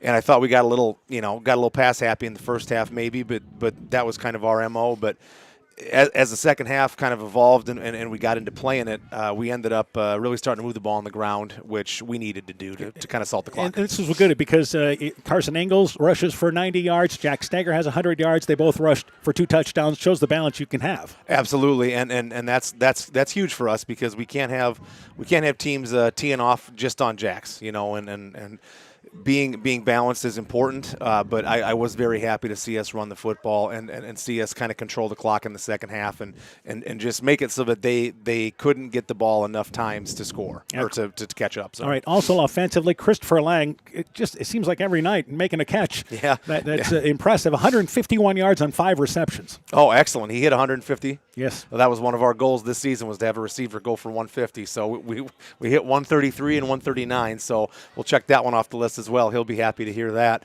But yeah, he's an incredibly explosive young man, and when he is on his game, he's very difficult to cover. I like that we have 2 or 3 guys that are that way, and when one guy's down, the next guy steps up. But Chris was very much on his game tonight, offensively, and he made a couple big plays that kind of broke the game open early, and then kind of salted it away at the end on that third down catch down the sideline there. We had him for 151 yards, and we got a math teacher doing the stats. So if we got to fudge him, we'll fudge him. I'm just kidding. Now, obviously, I think a big turning point of this ball game was though when you got the stop on 4th down early in the ball game there on the 4th and 1 play. Yeah. If you remember that. Yeah. So. Against the team like Turkey Valley that is just it's going to keep coming, and we knew that about them. They're just going to keep coming and keep coming and keep coming. We have to be able to make them work to score. Every single snap that they take is an opportunity for them to have a false start, to put the ball on the ground, to mis-execute something. So that was the talking point was just they're going to score, but they have to earn their scores. We want to see a long drive, and we want them to have to execute 2-3 times on the goal line to get in. So I was very happy that our defense didn't give up. We only gave up really – we have 1 play over 10 yards? Yeah, defensively. If that. We had that 1 big pass play, I know.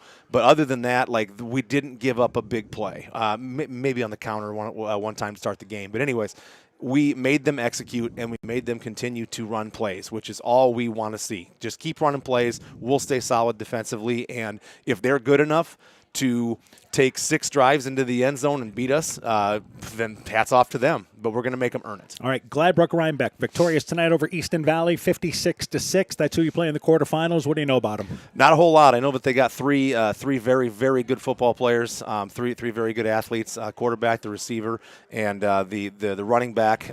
Statistically, I think they're a lot like us.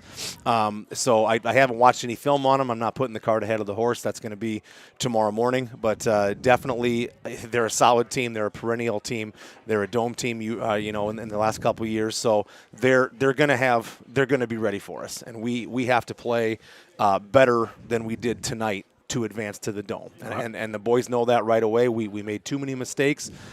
We just had a few more horses tonight than Turkey had, and I think that was obvious, but we're not going to have more horses than Gladbrook has. So we have to step up our game, execute, and win in the situations that we have to win in, to give us a shot to make it down to the dome. Yep, I think you expect this team to do that too with the experience they had in like last year's postseason run. Yeah, absolutely. As I told the guys, we've won 10 games now, back-to-back seasons. We're 20-1 in the last 2 years. That is an enormous accomplishment, for our school and for our communities. But we're not satisfied. Right. I mean, we have to go out and we have to get back to work. We have a lot of film to watch. We have a lot of things to clean up. I told the boys in the post-game talk, film tomorrow morning is going to be rough. Like we're going to see a whole bunch of stuff that we haven't done maybe since the second or third game in the season, and we just go, what are we doing here? This isn't fundamentally sound. We're losing leverage. We're jumping at tackles.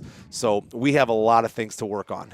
But fortunately, we have we have 6 days to work on them, and we'll take the bus ride to reflect to Gladbrook, and we're going to give them everything that we have, and we're going to expect to win. All right, we'll talk to you on Thursday night. Good luck to you guys. Thank you, Dan. Thank you, Aaron. You betcha. Edco football coach Alex Hanna on his Viking team, as once again they're victorious tonight, 34-12. A quick break. We'll wrap up our post-game show after this. Vikings moving to the quarterfinals. Scooters Coffee in Manchester offers a variety of coffees, smoothies, blenders, and breakfast food products served all day long. Scooters Coffee offers fast and friendly service, too. In a hurry? Use the Scooters Coffee app to order, pay, and earn rewards. Simply stop at the drive-thru window and pick up your order.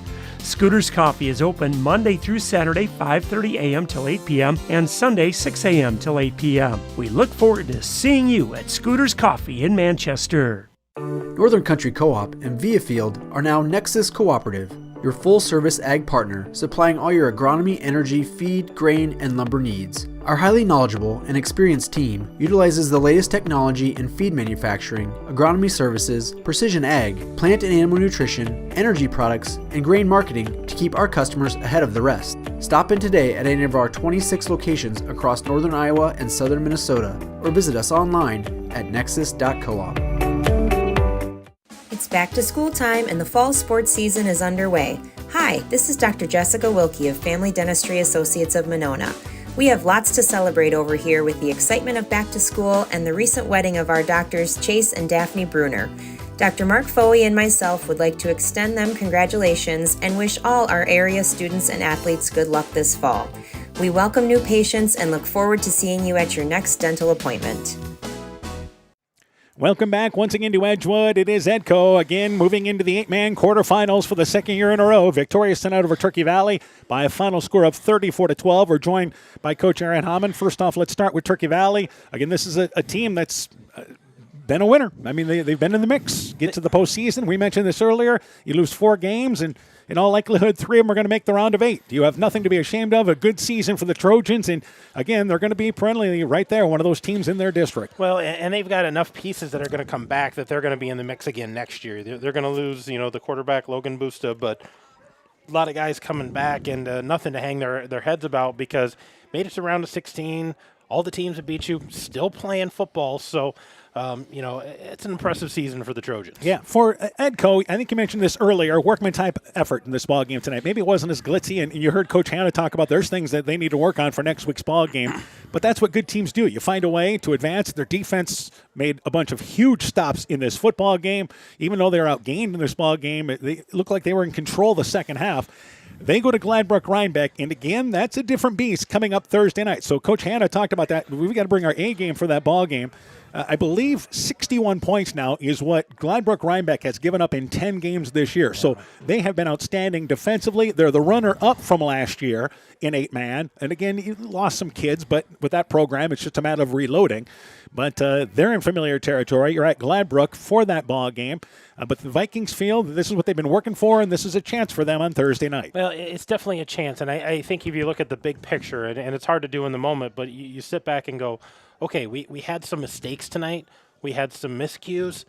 This was probably the game you want to do that. You do that against a team like Gladbrook Rhinebeck, they're going to take advantage, 7 ways from Sunday. But tonight, Turkey Valley wasn't able to overcome, the mistakes that Edco gave them and score points. And so you're still able to win the ball game. It's more of a blue-collar night than, throwing it downfield and having those big gains. So, okay, yeah, you had those mistakes. Learn from them this week as you prepare for a very talented Gladbrook Rhinebeck, and we're excited to see them. Like you said, perennial, favorites. They're in the mix every year. They've been in the playoffs year after year, so it's going to be a tough contest for these Vikings. but I think they're ready for this challenge. Number 3, Gladbrook Rhinebeck. Number 6, Edco. Our countdown to kickoff begins next Thursday night at 6:30. Game time at 7 o'clock on KCTN FM 100. Our plan is to have it live video streamed once again on KCTN.com and on the KCTN YouTube channel. So the Vikings moving into the quarterfinals victorious tonight by a final score of 34-12. For Coach Aaron Hammond, I'm Dan Behrens. My thanks to Jenna Hammond for running our camera here tonight in Edgewood. And also thanks once again to Paula Mahoney for taking care of our studio show. For a complete recap of tonight's ball game, highlights, scores, and more, go to KCTN.com, click on the Sports tab. This has been a presentation of KCTN FM 100 Sports. Stronger, farther, faster. It all starts with good nutrition. Clayton County Farm Bureau is proud of our livestock farmers who provide high-quality protein needed to fuel our young athletes. The ultimate pre- and post-game fuel-up can be found in meat and dairy foods grown right here. Meat and dairy are natural sources of essential vitamins that support health, energy, and performance. We know our student athletes are the real deal, and Iowa's livestock farmers are committed to helping them reach their goals. To learn more, visit realfarmersrealfoodrealmeat.com.